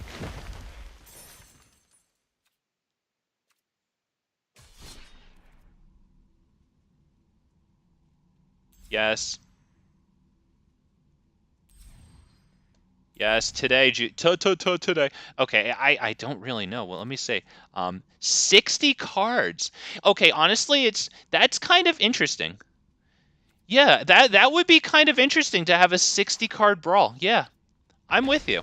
I would assume they only made that 60 cards because it's it's such a smaller pool of cards in standard, and you're only using one of each. It might have just been like boring logistical reasons, but I think that would be cool. I would like the variety. Yeah, that's a good point. I didn't even know that that was 60 cards. I've never even clicked on that option, to be perfectly honest. That's why I just did it there. Big fat MTG. Taking the time to read. Don't get used to it.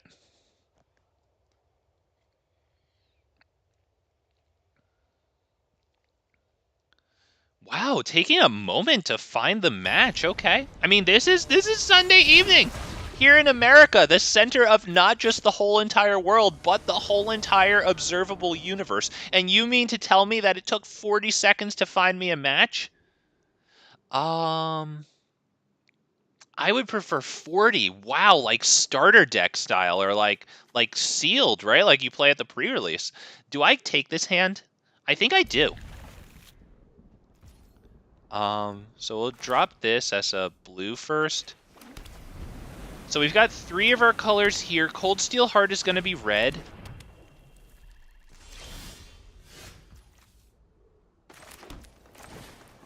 Is it going to be red? Because we actually have a red here. So maybe I should make it white.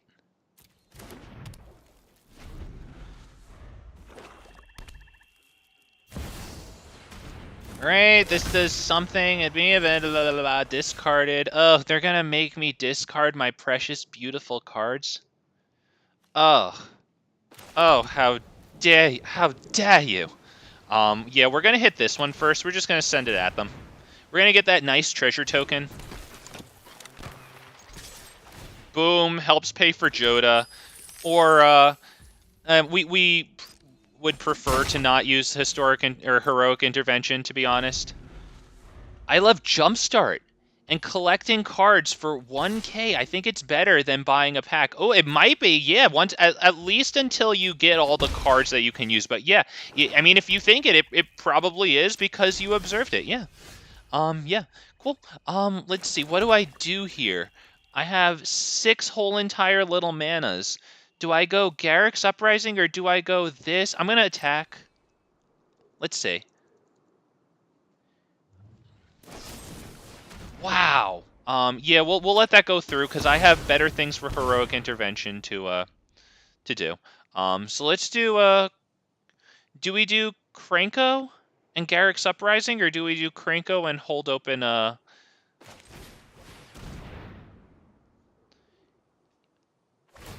Do I hold open freaking heroic intervention? Or do I go Garrick's Uprising? Because I don't think it's too important, right? It's not too important, I don't think. I think we could probably do this. It does cost us the treasure token, but...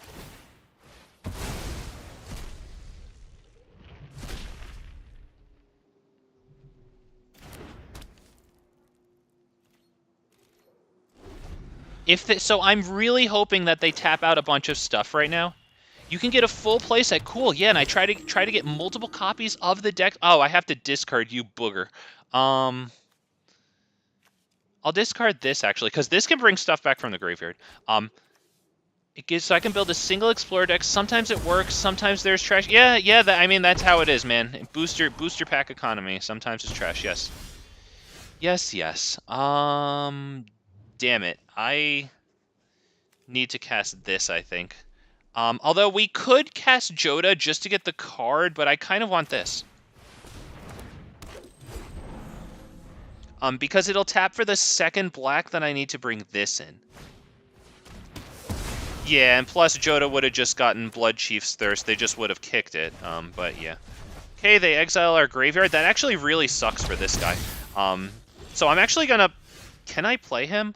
No, I can only get Joda, and hopefully we get a land out of this so I can bring it down. Hopefully it taps for either black or red. Wow, okay. Well, they got the instant speed there. Fair enough. We get a... Oh, it does tap for black and red. Not terrible, so we get Burn Down the House.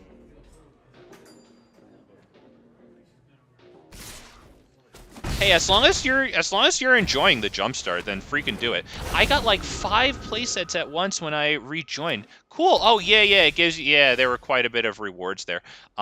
Let's see. Junji lets them get a non-dragon creature back from a graveyard. There are none, so it would make us discard, which sucks. And I want to get down a creature, even so that I can also draw off of Garruk's Uprising. This is pretty good. I put this in here because combined with Joda, I mean, it gets pretty nutty. Because Joda makes all things so much bigger. This deals damage equal to the sacrificed creature's power. This guy is actually removal tribal.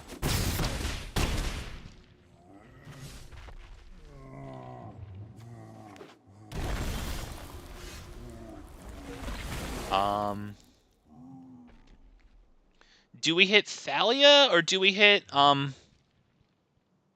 do we hit Zayatora? Because we can still take another hit from them. But if we do Burn Down the House now, they're going to make us discard cards, and I don't want to.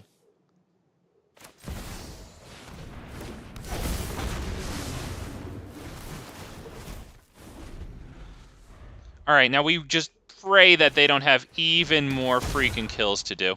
We discard a card, fine. We're going to discard, I think, Thalia, probably. Sucks. But if they're not killing our thing, they do kill our thing. They pick the even one. Fair enough.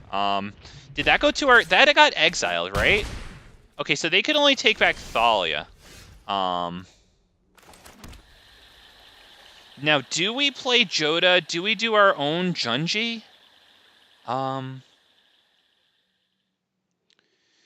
Because Junji gets us a card.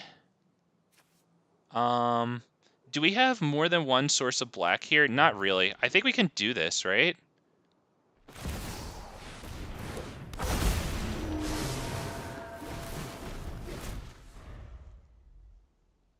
Vivien Reid is pretty nice, actually, because we can kill this with Vivien Reid. They'll make us discard 2 cards, but then Vivien Reid just refills our hand, right? Their pet reminds me of Hills Have Eyes. I think that was the one with the scary zombies. Oh, that has Menace? Oh, right. Yeah, it does have Menace, and I even have one in hand. So, ugh. Good game. Well, actually, we have to discard. We have to sacrifice a non-land permanent, right? So let's just see. Can we bring back stuff from, like, graveyards or whatever? Yes, we can. We'll bring back... I guess we'll bring back our Thalia, right? Yep. Okay, so... Sorry, view browser. Sacrifice a non-land permanent, right? I mean, we could also... let's discard a card.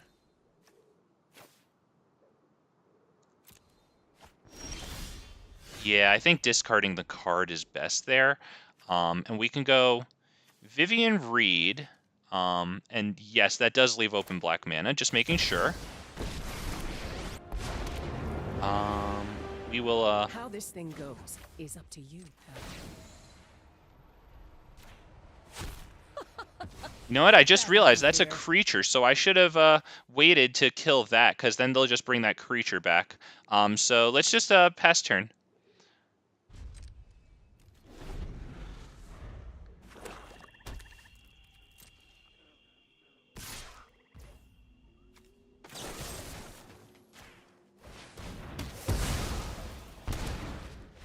Oh, I lose 2 life. That's right. Okay, good game.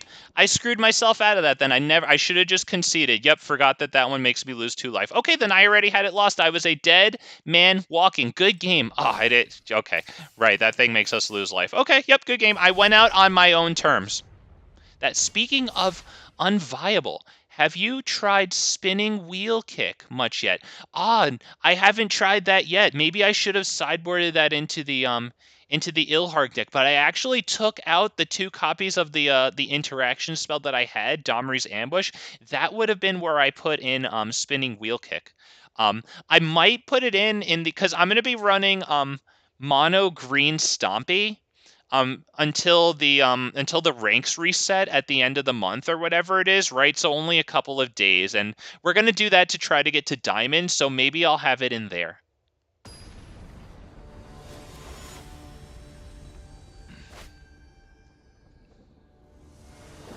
Let's go.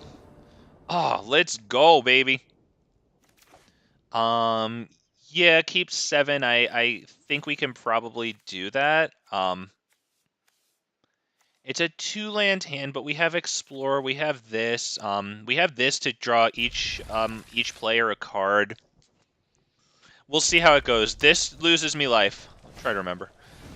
See how that goes. Is that Mob Boss? Yeah, that's Mob Boss. Okay. Do I need to do anything with any of these lands? Unless we control 2 or... Okay, so we'll just do that one first.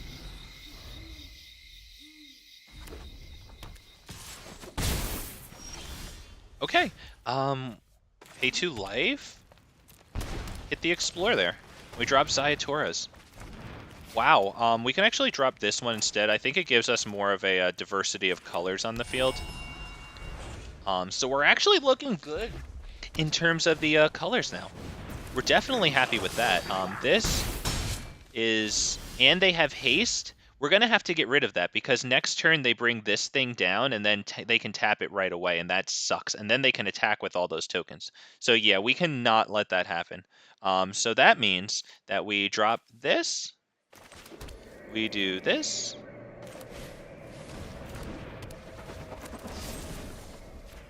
Yeah. Yeah, that is an amazing combo with the Tin Street Kingpin yet. Or, not Tin Street Kingpin. Sorry, that's the one I'm running. They just have Krenko. And they're not playing it this turn. Okay. Wow. All right. Cool. Let's get, do I want that? I don't really have creatures in the graveyard yet, so I think we can probably just get this. Before Joda, right? I want Joda to be beefy when he gets in, so that way they can't possibly blow him up. Because they could blow him up with 3 mana, you know? Like, that could happen. Destroy target artifact or enchantment. We'll submit 0 there. I don't want to do it. I just want to have another thing on the field. I can't do this, right? It's just asking me to cycle. Yeah, I can't actually play that. Yeah, pass turn. Okay, let's see. I think next turn I play Joda. Okay, so they most likely don't attack once again. I can't see why they would. Okay. Ooh, this thing's pretty good too.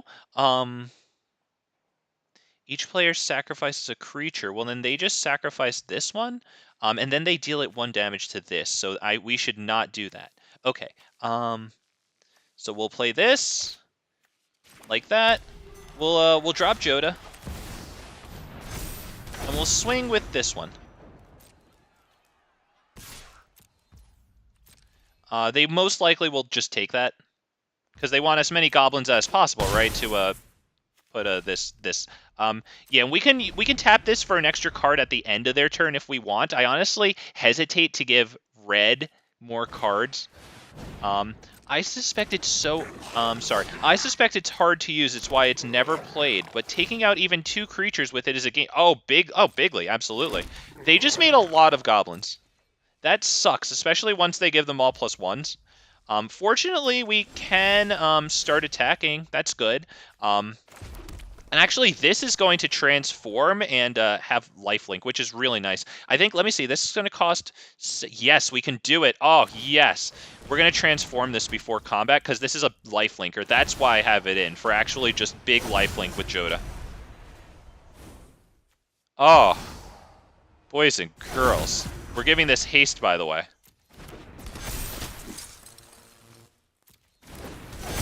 Oh. Oh.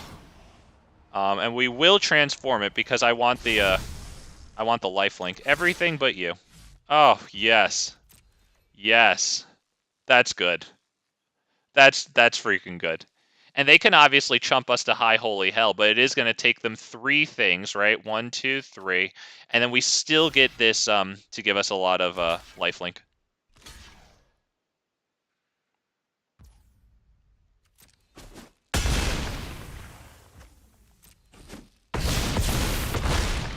Yes, give me lifelink. All right, and we end the turn. Let's see. Hopefully, see, this has trample, and this is going to be pretty big. So hopefully they don't get a big old, like, +1/+1 on all effect. And even so, we still have 24 life. That's not terrible. We have 2 blockers, also not terrible still. This is looking good for us. It doesn't mean we win, but it means that they didn't drop a land and they just did that. So unless they can give all their goblins haste, that is looking... It's not over. Because they have tons of goblins. We might actually lose. We'll see how this goes.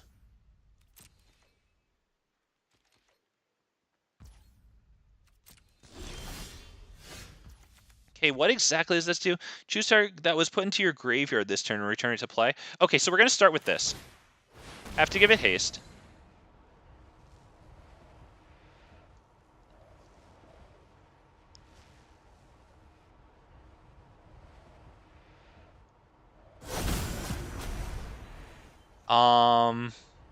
Sure?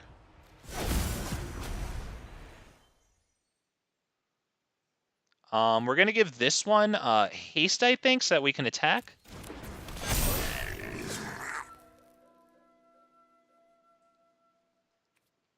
Haste as well. Let's also play this, I think. Just so that we get more stuff on the field. Just for that reason. Because we're just attacking all, and then it's just fuck it. I don't think we have another creature to play with lesser mana value. I don't think I have a 1 mana coster there. So, yep, we're done there. Wow, that is chugging super hard as it puts my library back together. We're going to haste that, because that's coming in bigly. And next, we, Oh, he said nice? Oh, I should hit him with the thing. Oh, it's gone. All right. I'll attack, and then minus this. And remember, this thing right here has trample. This thing has flying, and I don't think they can attack it. So they have to block all but 4 of this damage. We're going to wind up with 34 life. So we probably won't win this turn, but we should be able to emaciate their board state enough where they cannot take us down from 34 life next turn.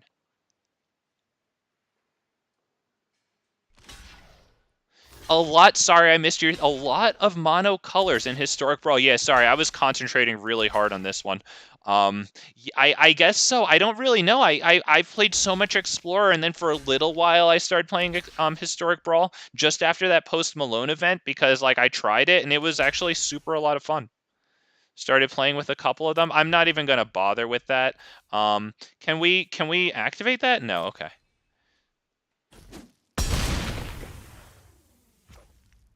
Yep. Looks like they blocked this so that it, yeah. Yep, they blocked the Trampler pretty nicely there, but it does take tons of their goblins away.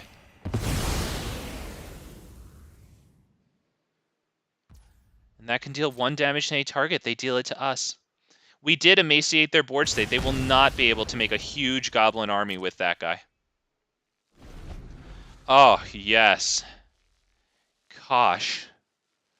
Honestly, I'm so happy with myself for putting in this just because it has Lifelinger, because I'm a stupid idiot. I don't freaking know. I saw this and I saw that I had it and it was legendary and I just clicked it. God, I'm really... Yes. Yes. Oh. We made him sit there and have to individually assign 10 little goblin blockers to our Trampler just so that he could stay alive, watch everything that he had worked for die, and then still resign. Poor guy. Oh, man, that was good. Good thing. You know what it was? It was that we got rid of his Goblin War Chief that discounted his goblin spells by 1 and gave them all haste, because if we didn't do that, then he had that so won. Thank goodness we had that removal spell, because damn, he did a great job. It's just that we actually had what we needed. Like, a little bit better than him. I don't know about this one. I think I have to pass it. There you go. Give me my coins. He knew. The last guy told him. Heard the guy crying from across the internet, and he was like, oh shit, big fat MTG is streaming, and then he just ran. Like you ever watch like Looney Tunes with like the Roadrunner and Coyote and how Roadrunner just gets out of there like so fast? He just ran. Oh my god, yes. Not gonna lie, super happy to bring you guys more of this as I update it with rares. The Explorer version, 60 card constructed with, you know, it'll probably have like 3-4 Jodas. That's gonna come as I open more and more Dominaria United packs and get more and more mythic wild cards. So like it'll probably start taking good shape like over the next month or so. I would say is a reasonable amount of time because I still need like a playset of the like 2-drop Catilda. This is a definite mulligan, unfortunately. I think maybe I can try this. I don't know if this is good because like it looks like it sucks, but the Springleaf Drum, if we get something, it can do something nice. He saw it when he said nice. You couldn't even give a thanks. Oh, he unsubscribed. Oh, right in my corazon. Damn it. I didn't see when he said nice though. I wish I was actually looking. I might have been looking at my chat. Not to blame it on you guys, although I did totally just blame it on you guys. But God, I just wish I knew, like, the feelings behind his nice. Like, how salty was it? Was it genuine? God, you like a salty nice. Now, they hit double swamp here. I'm feeling Toski. I don't know about Chaw. But Toski. Yeah, Toski. And hopefully they don't exile him. Because we need the little booger. He's got indestructible. He can't be countered. But, you know, blue-white does great against him still because of exile. Nevertheless, they drop that, which does stuff. Otherwise, each player sacrifices a creature. Oh, you worm. Okay, I subbed on 4 accounts. Hell yeah. Thank you. Let's go. Let's go. Appreciate that. That's gonna help out the channel, man. Let's do this. Okay, we attack with Toski here because we have to. Can't not do it. That's a good card. But yeah, really appreciate the support, guys. Make sure you're subscribed on all your accounts, boys and girls. Oh no, they're gonna hit Meat Hook Massacre for 1. Oh no. They might just concede. They might. Let's see. Come on. Come on. Oh, I thought they might. Okay. Alright. A land would be nice. We're going to attack first and see if we get the land because I would like to play Vivien Reid. Oh. Boys. Girls. Kings and queens. I love Vivien Reid. She's actually so good. Junji.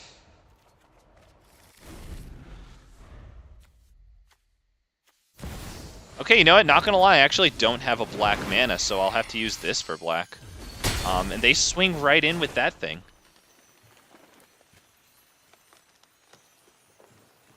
Discard and sacrifice. That sucks. We can kill this with Anger of the Gods. So let's get rid of... how about this, since they're doing a lot of sacrifice? No, you know what? I can't play Junji yet. Let's just get rid of Junji. Arguably, it might be good to get Junji down, but I don't have either of those sources of black it would need, is the problem. Let's start with Vivien, see what we get here. God, I love Vivien Reid. Oh my god, what a lady. Thalia is not bad because it makes their stuff more expensive. Krenko's interesting. I kind of like Thalia because it might be harder for them to block it. Right? Yes, please. Oh my god. I'm doing it, I promise. This. This.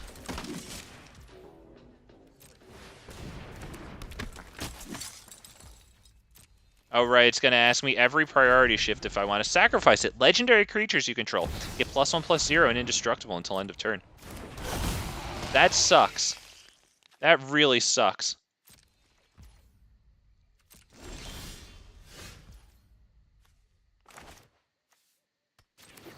Now, this is whenever it's dealt damage. It's that source's controller sacrifices that many permanents. That sucks. Let's plus Vivien. Let's see what we get. Balance comes. Is it Silverback Elder or is it Shalai? Because there is a reason for Shalai. There is a reason for Silverback. Kind of like Shalai. Let's see. I think it's Joda.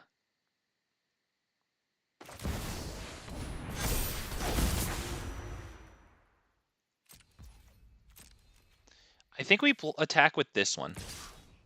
Right? Yeah. Do we do that? Yeah, let's just do it.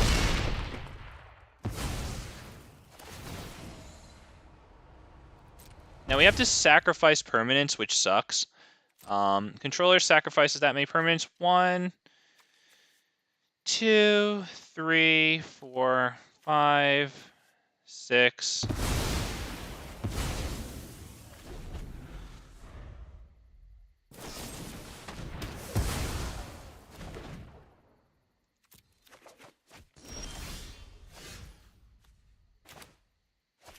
All right, asswipe. You ready for this, motherfucker? I hate you and everything about you. I'll always survive. Nothing Alright. stands before nature. Now you can still exile them, but our permanents +2/+2. Vigilance, trample, indestructible.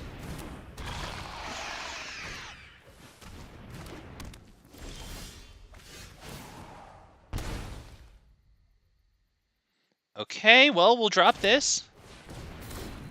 And we attack because it has vigilance.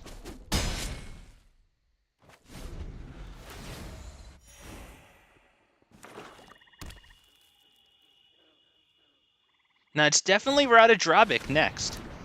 To be perfectly honest, I don't even really know what he does. Whenever an opponent draws a card, they lose 2 life. You know what? I wish that we had gotten Urtite, whatever, so we'll just let that resolve, because it doesn't matter. Killing it won't do anything.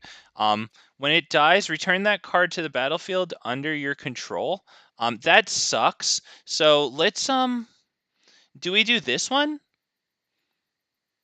Yeah, let's do this one. Okay, and we'll swing. Language, young man. Won't someone please think of the children? Oh, blessings and peace upon you, man. And yes, they use their... Jesus, sorry I'm a little slower on the chat. Sorry, I'm really focused on this one. My bad, guys. I love all my big fat bastards, my big fat bastardettes, but yeah, oh my god, I'm really focused. I want to win. Oh, they lost their enchantment. Now maybe I could kill that thing. Oh, I can kill this with Urtai. I can kill that with Urtai. I'm going to. Let's just draw the card. That's fine. Oh no, we lose life.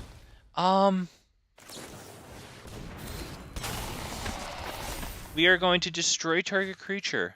That one. Oh. Yes. God.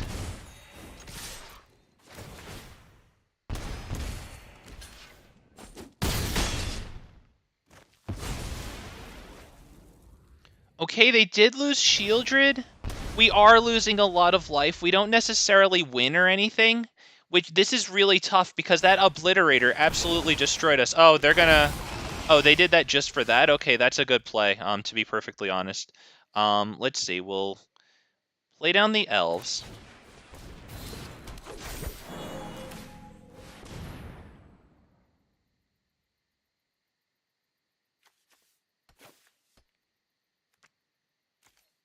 Yep, it doesn't really matter. Either way, they're both going down. Okay, let's see that.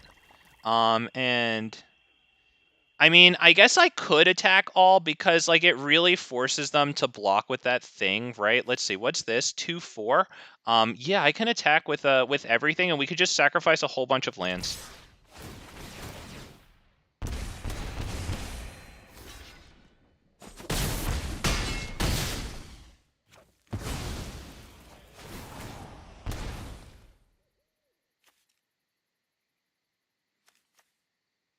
Do I sacrifice that one?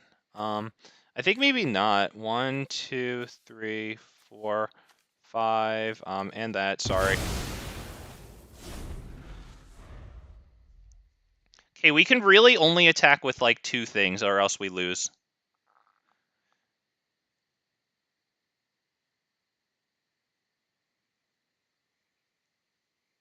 We have Shalai in the air here.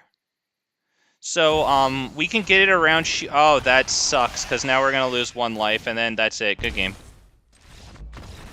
He resigned. Dude, I was going to swing and then lose. Maybe he just gave that to me, right? Because this is, whenever a creature attacks you or a planeswalker you control, that creature's controller loses 1 life and you gain 1 life. He just gave that to me. He must have, like, purposefully lost that because he won that, you know? Okay. Well, I appreciate his generosity. As we enter into the holiday season, man's feeling the holiday spirit. He knows. He knows he's playing a cookie-cutter, boring black deck, although it's kind of interesting, but damn, that Phyrexian Obliterator. I really resent auto-includes, man, I swear to God. That's why when I, like, eventually am running black on this channel, I most likely will not be running Liliana of the Veil, just because, like, I resent the fact that it's so good that, like, you know, you pretty much include it, or you slide down in the rankings and don't get nearly as many wins as you could be, you know? Okay, huh. This is... I mean, the white lands kind of suck. I unfortunately have to mulligan that, because we're not even close to Domri in that. Unfortunately, yeah, that's... Oh, man. That stinks. That's nice to have the source of green there. The only problem is we have nothing beyond it. I might have to... That sucks. I might have to get rid of that. I mean... Damn, that really sucks. Sure, yeah, keep 6. We have to get rid of 1 thing here. Might be... the Augur. I don't know. It could be the Visionary. I kind of like getting rid of, Augur, though. That was a tough one. Thank you for bearing with me. Ladies and gentlemen, oof, that was tough. So let's see. This comes in as a mountain now that we have our precious source of green. This could come in as a, or I said a mountain, probably a swamp, sorry. Good. That enables this to come in as white, so our colors are starting to take form here. Wheel Kick is fun for those worm ladies. Cool, man. Hell yeah. I mean, we'll see about putting it into the green. Definitely sounds good to me. What do we got here? Is that guy's name YOLO? Guide to Monsters. Whenever you cast a creature spell that doesn't share a creature type with a creature you control, or a creature card in your graveyard, copy it. Oh dear. Okay. Well, that's gonna be annoying fast, huh? Yes, I think it will be.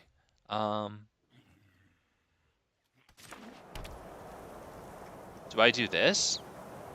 I think so.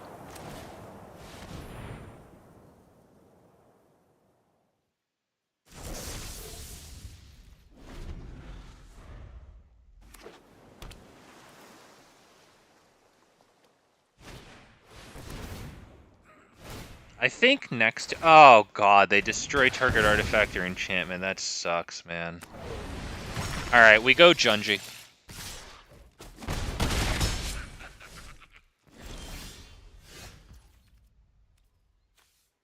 I'll keep Iganjo, actually.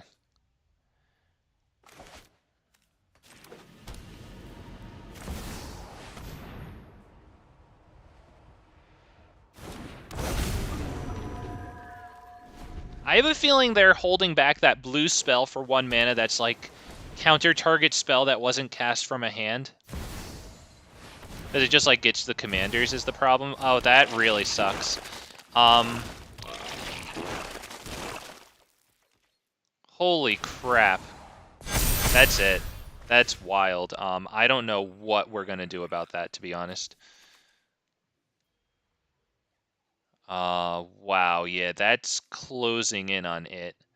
The only thing I have is like Zayatora, Sacrifice Junji. Do I have anything to even take back from a graveyard here? Yeah, I could take back their Biogenic Ooze, actually. I think we could do that, right? I think that's a viable play here, right? I think so. Okay, so we do this. We just have to make sure that the triggers are in the correct order here. Choose attackers. Do I? Yes. Because I think it just dies anyway, right? Let's see. We do Zayatora. Oh,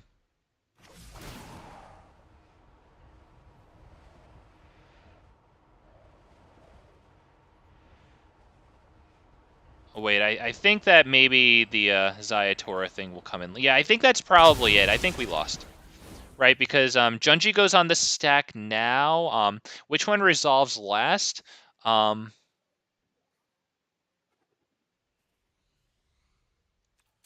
that way.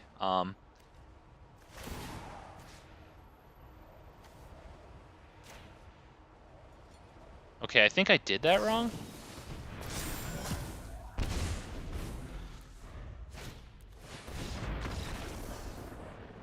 Wow, yeah, Azeka's Chariot to copy all their ooze tokens, that's brutal. Yeah, that's a good game. Good on them. Let's get the heck out of there. I'm running 2 damage-based board wipes out of the 3 I could be. Anger of the Gods for 3 damage and exile all the stuff. Burn down the house, deal 5 damage to all creatures and planeswalkers. And the other one I have but I'm not using right now is Star of Extinction, 20 damage to each creature and destroy target land.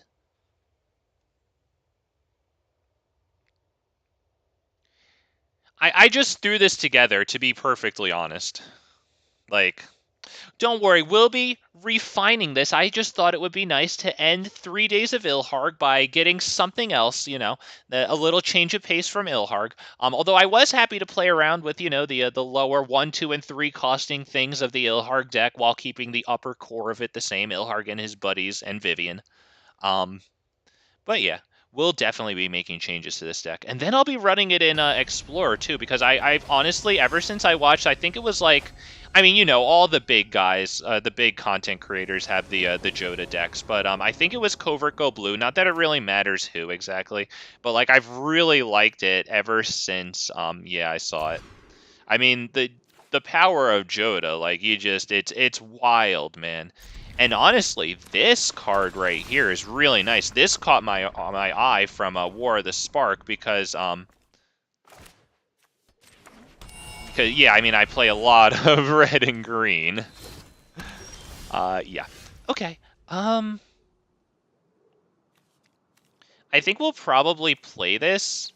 Because this could take this back from... This is actually a really good combo here, because this can keep taking this back from our graveyard. So I think... I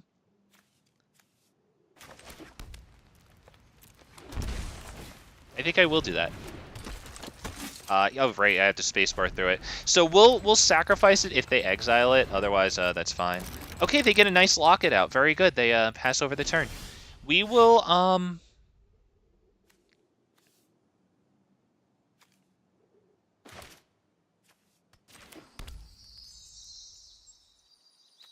I think it's just Cultivate here.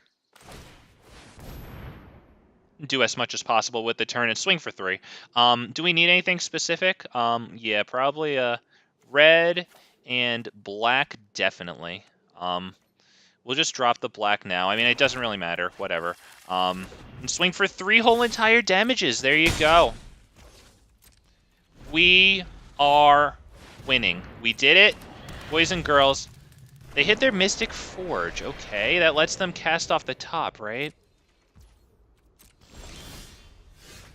All right. Do we go Joda or do we go? Yeah, you know what? I think we do go Joda. Did I miss a cast there? I think I must have. Okay, so we'll go Explore instead. Which color are we missing for Joda? I think it might be. Is it white? Let's see. Green, red. I'm not sure which one it is. I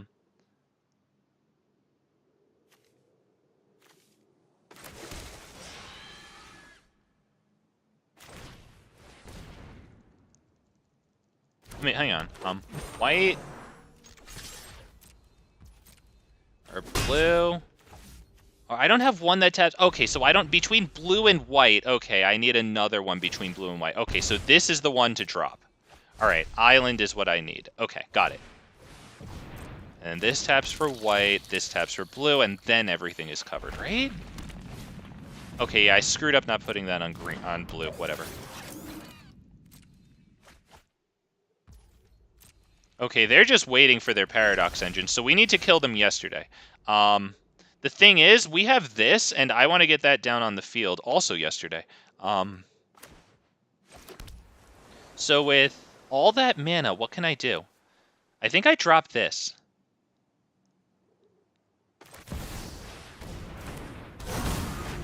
No attacks, because I think they will very easily, yeah, they would double block that. But yeah, that thing is so freaking threatening against artifact-based strategies. Oh, yes. Yes, and we were just going to go Joda after that and, you know, blow up probably the Mystic Forge, whatever's most important. It looked like Mystic Forge was. Oh, yes. Gosh, you love to see it. I do. That Silverback Elder, man. That card is... It's honestly obscene to me. The monkey pops off. Yes, he does. Oh, we like that. It was the sight of him. It was the fear inspired by that gorilla. Oh, those abilities, man. It's silly, man. I think that we might have to pass this one up though, because Explore doesn't guarantee us drawing a land, which is oof. Yeah, I can keep this because I do have green into or Loam Speaker, whatever. Yeah, we can give this a shot. Hope for the best here. No white, unfortunately. Oh, wow, a mirror match. Okay, well, honestly, this guy's probably going to stomp me then. This one goes down on white past turn. Yeah. Fair enough. Let's go. We head straight into battle. We do have this guy. That guy's really good. I threw in a tally here because I have it. This is the combo once again with this thing, so that's cool. Let's drop this and go probably Loam Speaker so that next turn we can hit Halana and Alena. I think that's better than dropping this guy now. Replicating Ring, good stuff, good stuff. Maybe I should have that. I think that's Halana and Alena.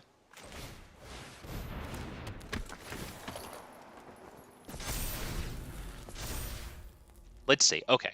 We have 4 mana right now. They just hit their Joda. That sucks. Let's see. If we get this down... And we can't, so sorry about that. That's not going to happen. Let's see. This down, and then maybe attack with it, because that's going to be huge. Although we could make Loam Speaker bigger and then swing with that. I think that's probably the play to make. So let's get... Ah, damn it, but then I can't play that. Damn it. Damn it.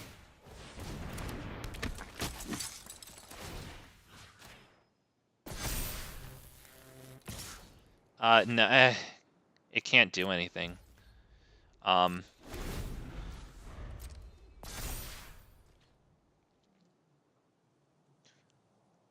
Damn, okay, so 6/6 Joda, what do we do here? Gotta think.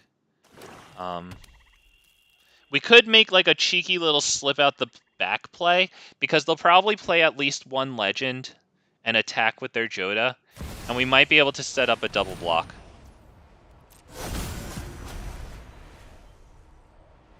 Okay, this is bad.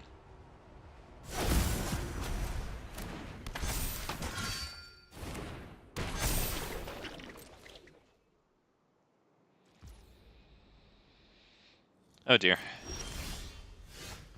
Yeah, that's pretty much it. Damn, that's brutal.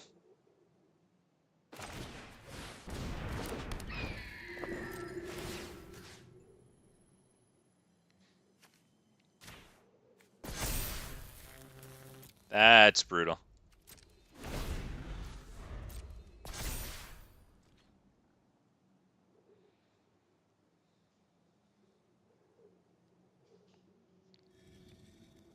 Yeah, I mean, and they have the. Oh, this is bad. This is really bad. That's probably it. This is actually really cool, though. I wonder if I have one of these. That's pretty interesting. But yeah, this land situation, unfortunately, the best that we can do is get another land and probably drop our own Joda, because we do have Halana and Alena. So if we can get Halana and Alena, the plus X's from Joda, that would give us the biggest stuff on the field, and the capacity to bring this back, right? And this just gives indestructible every turn. So we need a land that produces, I guess, white. Black or white, I guess.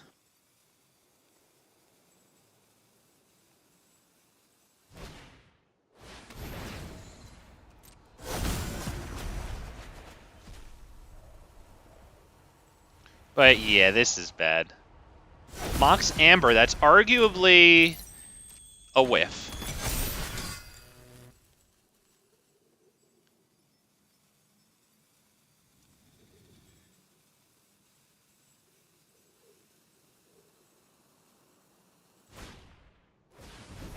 Okay, good game. Yeah, that's just not happening. On to the next one.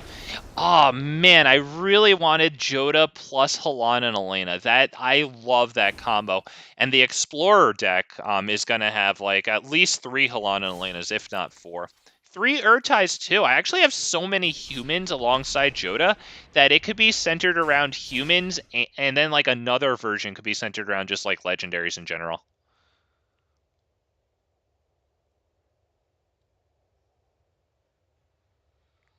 Let's go. Oh man, I'll be doing a little bit of pack openings at the end of this month here. As we get the rewards, I'll have about 10k or so coins saved up, so I will be able to drop those on Dominaria United. It'll get me a few rare wild cards to put into this deck. That'll be nice. All right, up against that. Is that the Johnny one? I don't really know the names that they gave different like personalities of players. Ugh. I have to mulligan that.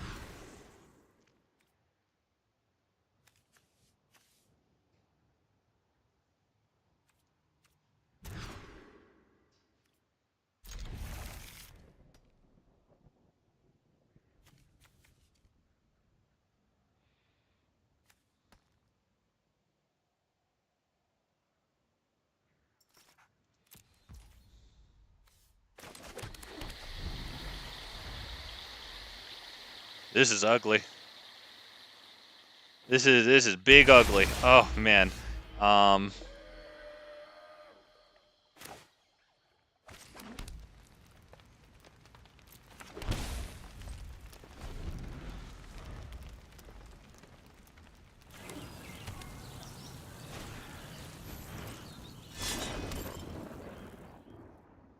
Okay. And that looks like their turn. We'll just do this really fast. Wow. Okay, got it. Nice.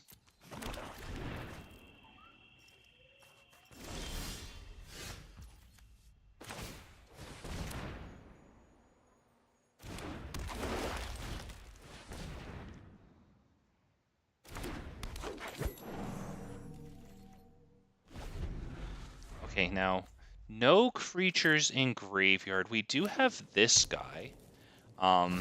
Who I would kind of like to get in before Joda, just to, like, test the waters, you know? Honestly, that might be this. Whenever I cast a non-creature spell, I lose freaking 2 life and you gain 2 life. That's good stuff.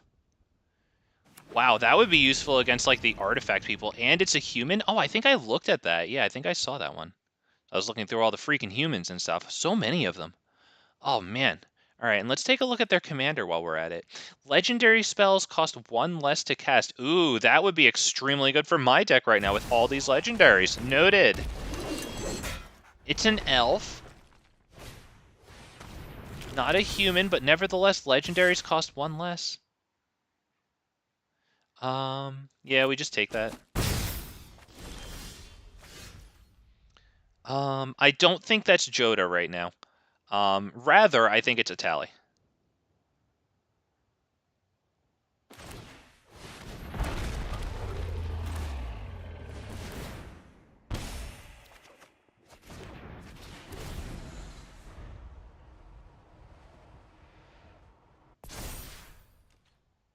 Okay, that gave it some sort of counter, a bounty counter. And I think whenever stuff with bounty counters is killed, they draw a card. Yeah, bottom paragraph there. Whenever a permanent an opponent controls with a bounty counter on it dies, you gain 3 life and draw a card. Well then.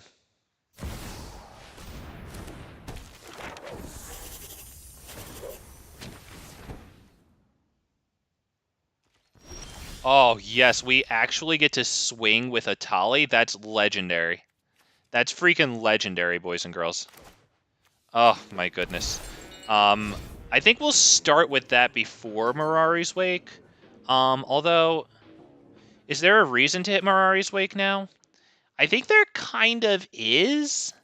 Because it could get him stronger. But let's just attack. Let's see what happens here. Let's go. Give me goodies. The Meat Hook Massacre? How much can I do that for to kill his stuff? For X equals, hang on.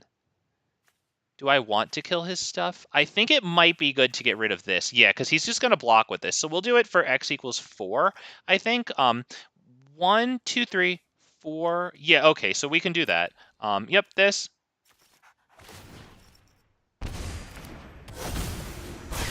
Oh, it was always going to be X equals 0. I thought it would let us cast it. You may cast. I could have sworn it would have let me cast. All right, fair enough. We get rid of their Death Toucher.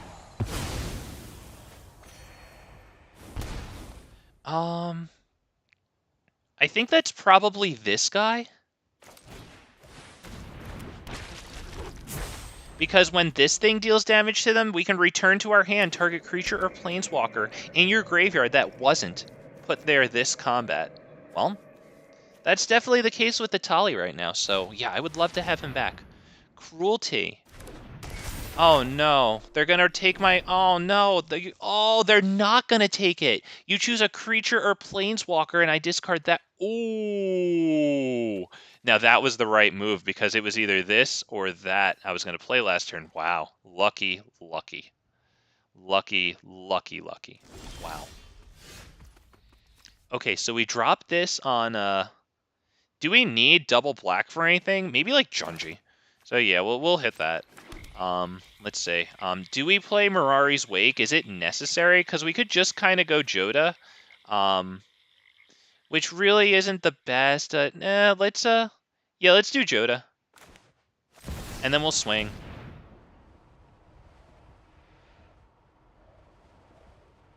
Because this thing is still making us lose 2 life whenever we cast a non-creature spell, which is really annoying.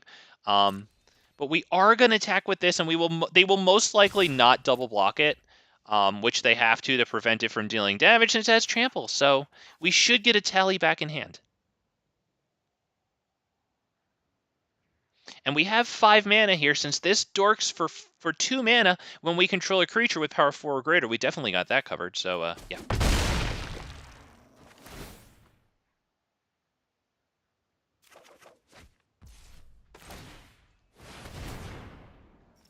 Yeah, we lose the 2 life. That's annoying.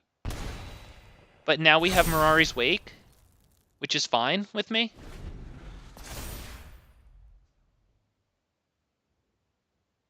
Now they get to look for any card. So they might find some nice wipe or something. Who knows? If they get Farewell, that would be awful. They definitely have plenty of mana to cast it. We'll see. We've got a Tali waiting to come in and swing. It doesn't have haste, unfortunately. We have Halana and Alena and Rhythm of the Wild to give it haste, and that like little Goro Goblin, I think, like the 2-coster, like one mountain gives all your creatures haste. Okay, so three sources of haste isn't terrible, to be honest. We have Mirari's Wake, so whatever we draw, we'll most likely be able to cast it and Atali. Because whenever we tap a land for mana, add 1 mana of any type that land produced. They haven't blown up Mirari's Wake yet, so they might not. Ah, damn it. Okay, they do. Very good, very good. They blow up the creature that recurs stuff. Wow. Okay. Wow. I think we drop that and we don't cycle it. I mean, there's an argument for cycling it. There really is an argument for cycling it. I think I just want to swing Joda, so we'll put this down just to power up Joda. And, of course, yeah, do this. Oh, wow. No. Oh.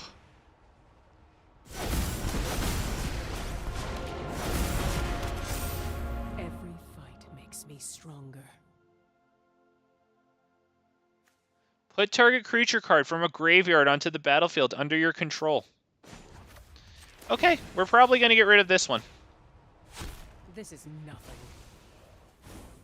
Now we'll put down Sparrow's headquarters since Vivien's going to help us, you know, have stuff to, you know, cast with it. So, yeah, I'm okay with that one now. All right, and they also have to worry about Atali. In addition to Joda, Atali can definitely get us stuff.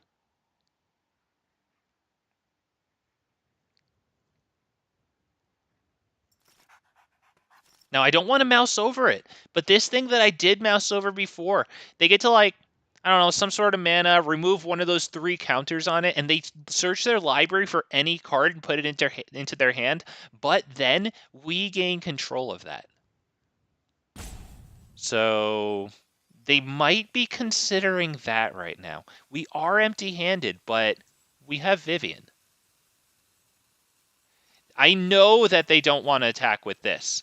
So this is really all they have to attack with, and I don't think they want to attack with that either. I feel like Vivien's safe, at least at this precise second. We will see what they have, but gosh darn, it looks like they don't have the greatest things in the world because it is taking them a long time to figure out what to do. Wow.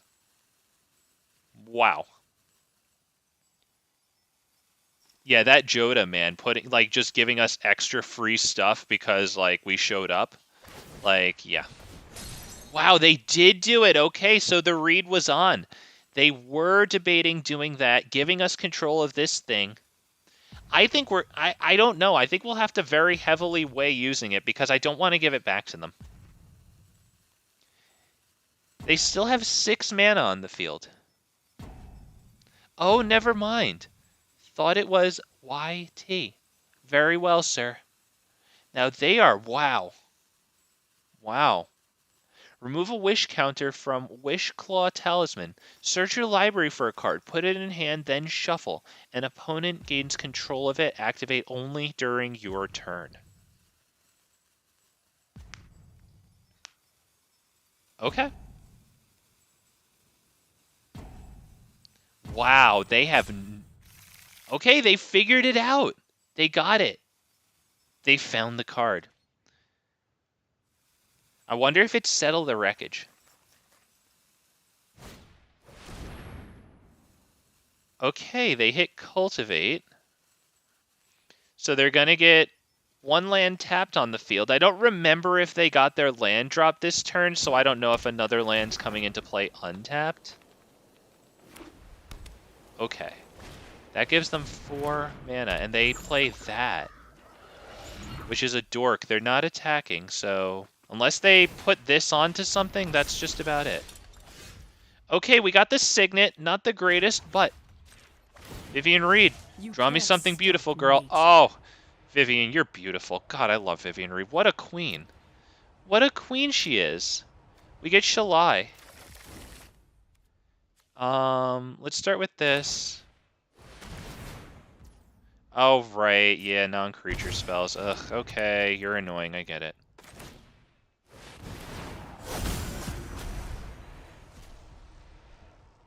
Oh. Now we'll resist wipes. Oh. Oh. Poor guy.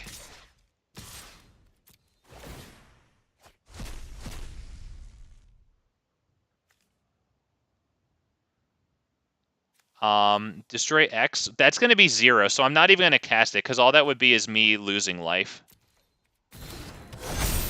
Oh. Oh, God. You know what? We can use this to give something trample, too.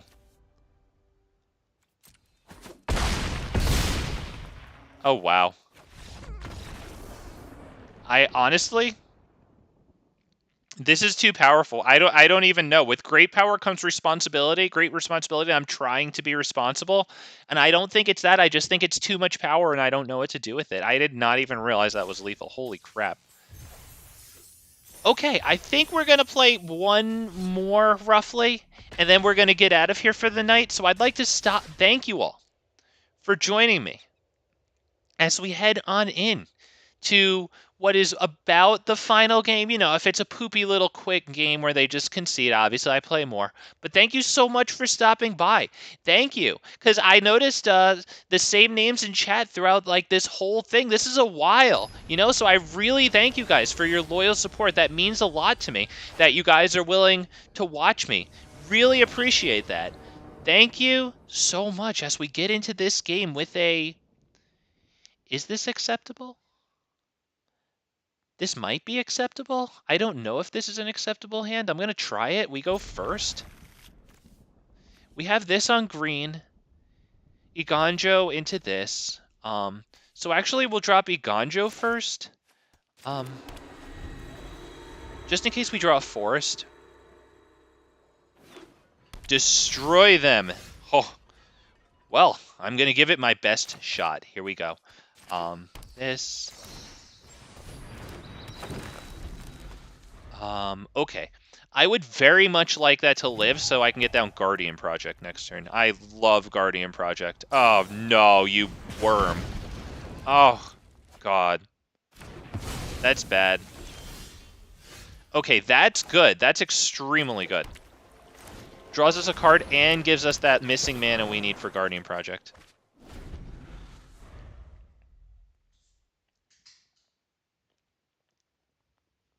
Actually, do I play this or Guardian Project? Because if I play this, then the turn after that, I could go Guardian Project into a Hajar, who I'm really liking. Oh, what are you, holding open counters? Oh, you're so boring. Yeah, we're going to start with this one, because if one of them's going to get countered, I'd rather it be this one. This one does give me more cards overall. Alright, idiot.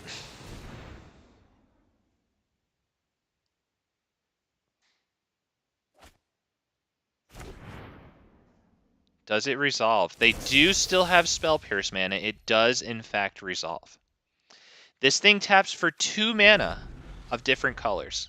It enters tapped, a little annoying, but it does give us +2. It's not the best mana rock, but there it is. Smothering Tithe. Okay, not bad. We can't really do anything about that, right? Yeah, we can't do anything. So they'll get their treasure token. We're not going to pay 2. Resolve, decline. Yup, we get, let's see. I like this into Hajar. Let's tap these things.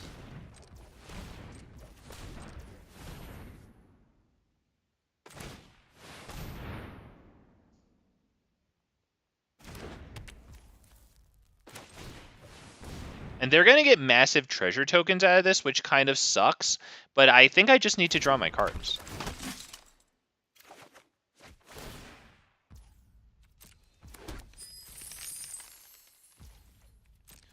Past turn. We drew Liesa there. Liza. I don't know. It's not Lisa.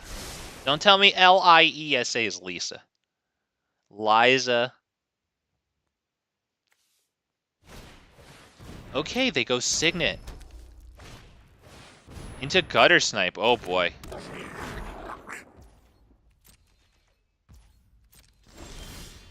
Alright, we start off by, yep, they can have that one. Unfortunately, that sucks.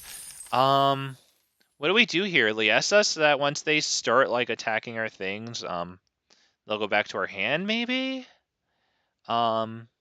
We could go Joda and get, like, a decent attack with this. I kind of like this, though.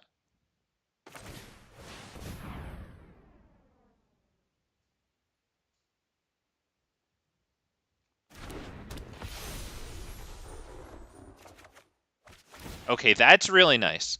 Yep, we resolved that. We can't do anything about it. We put this on, I guess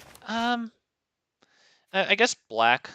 I don't know. I mean, arguably green, but I think that we just attack with this, because I think I'd like to hold open Snakeskin Veil.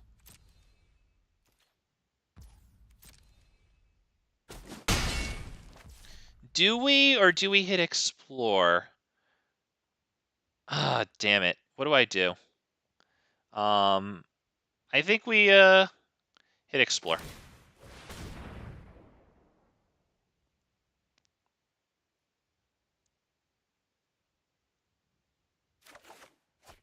Wow. We actually got a land. Wow, not bad. Not bad there. Exile target creature. Does this give X and hexproof? No, it doesn't. Okay. So, yeah, they definitely get that one. Okay, fair enough. That's a Swords to Plowshares that was not used on Joda.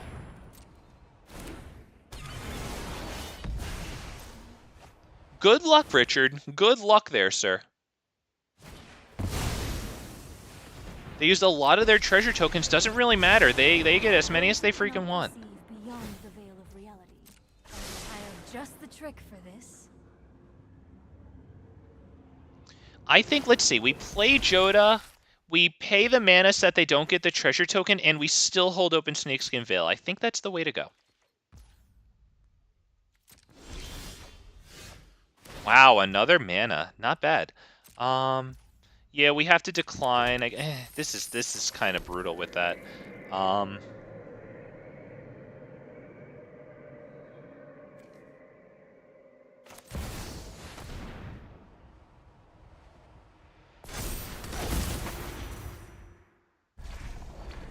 Oh shoot. Okay, yeah, we need to attack that.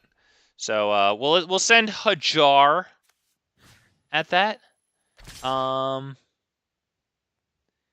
Do we send anything else at that, like Llanowar Visionary, to maybe bait them? Nah. Because it would bait them blocking with Omnath, so that way we could destroy it with Anger the Gods. Wow. Okay. Well, we'll kill Omnath.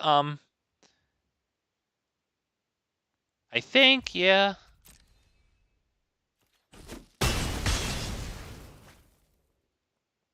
Because I just want to hold Snakeskin Veil for this guy, is the thing. Damn, but if I play this, then I can't. That really stinks. Do I do it? This gives hexproof, not... Damn it. Ugh, I think no. I think I have to pass and be less greedy. As much as I want to. I think this is the best move here. I can't flash this in, unfortunately, because I only have the white mana here, no blue. This only taps for green.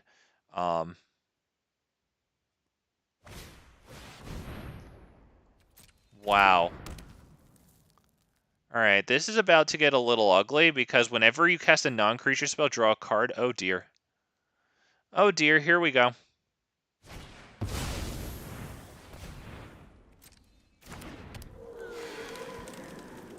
Okay, now all their lands tap for any color.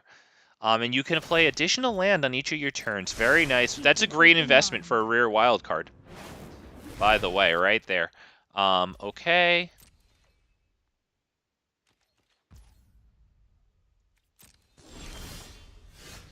Wow.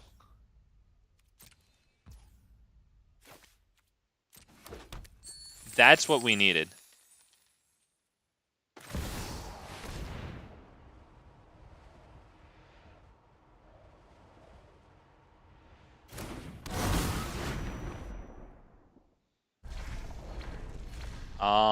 Okay. I gotta swing at that thing with Joda and the other one. Do I block it with Gutter Snipe? No, I think we just attack with Joda.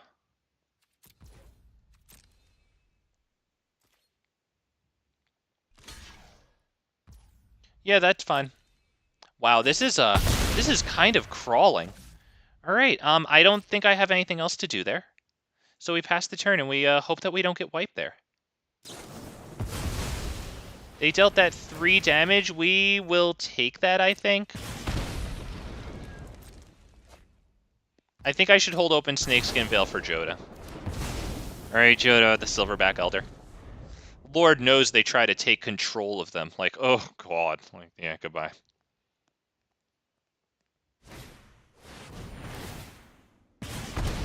Okay, that sucks. Joda the Unifier in hand, I guess.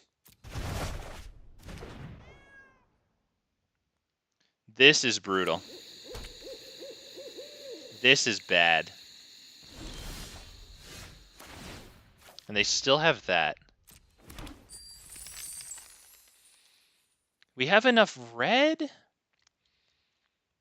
I mean, we could drop that on red. We don't have enough green is the thing until we get this down.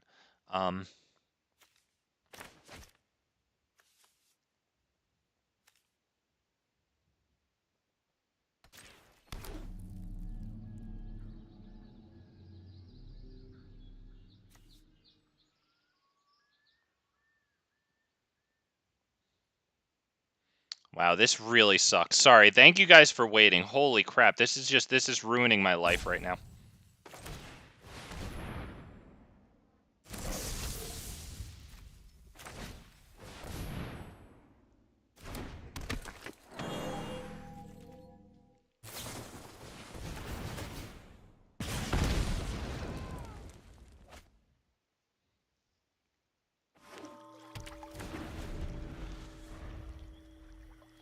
Okay, what on earth do I do? Silverback Elder into maybe this thing, just so that I can, because I need to destroy this, because that's giving them all their cards. And then I can go after Smothering Tithe.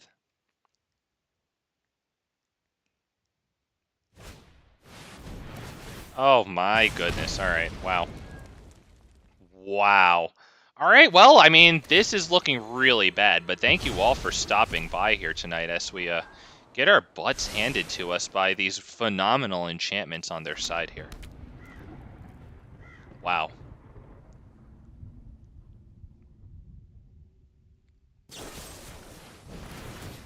Ugh, god, they even got my freaking artifact. That's so bad.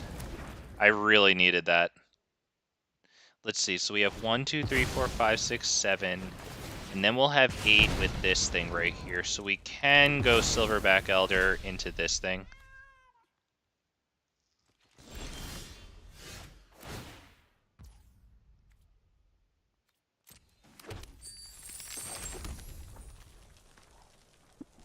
Do we have enough blue? No, I needed that artifact for blue. Wow, that really sucks. I might have to do this.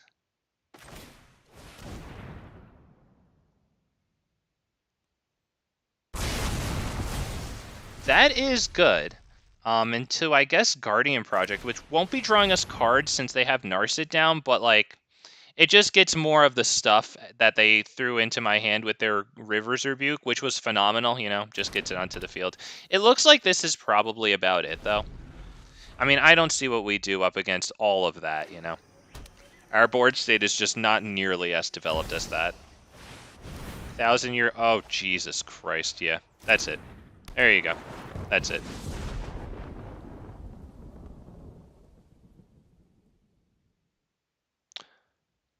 Okay. Okay, do you want, because let's take a look at that. Whenever you cast an instant or sorcery spell, copy it for each other instant sorcery spell that you've cast before at this turn. And I think they'll have plenty. Since they have this, to just keep on, you know. Oh yeah, this is bad. Oh yeah.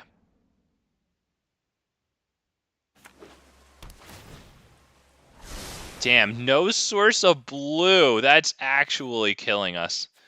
Wow, no source of blue. That's actually bad.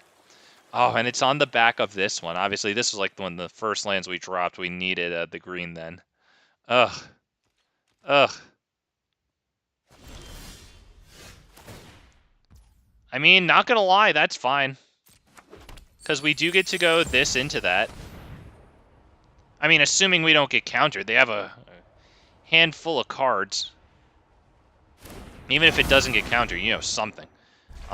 Yep, that.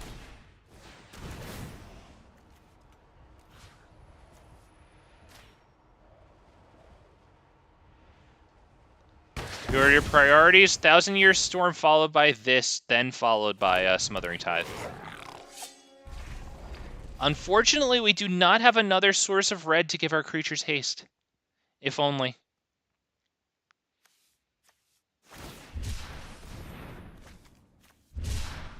Oh, wow. Oh, this is just brutal. Holy goodness.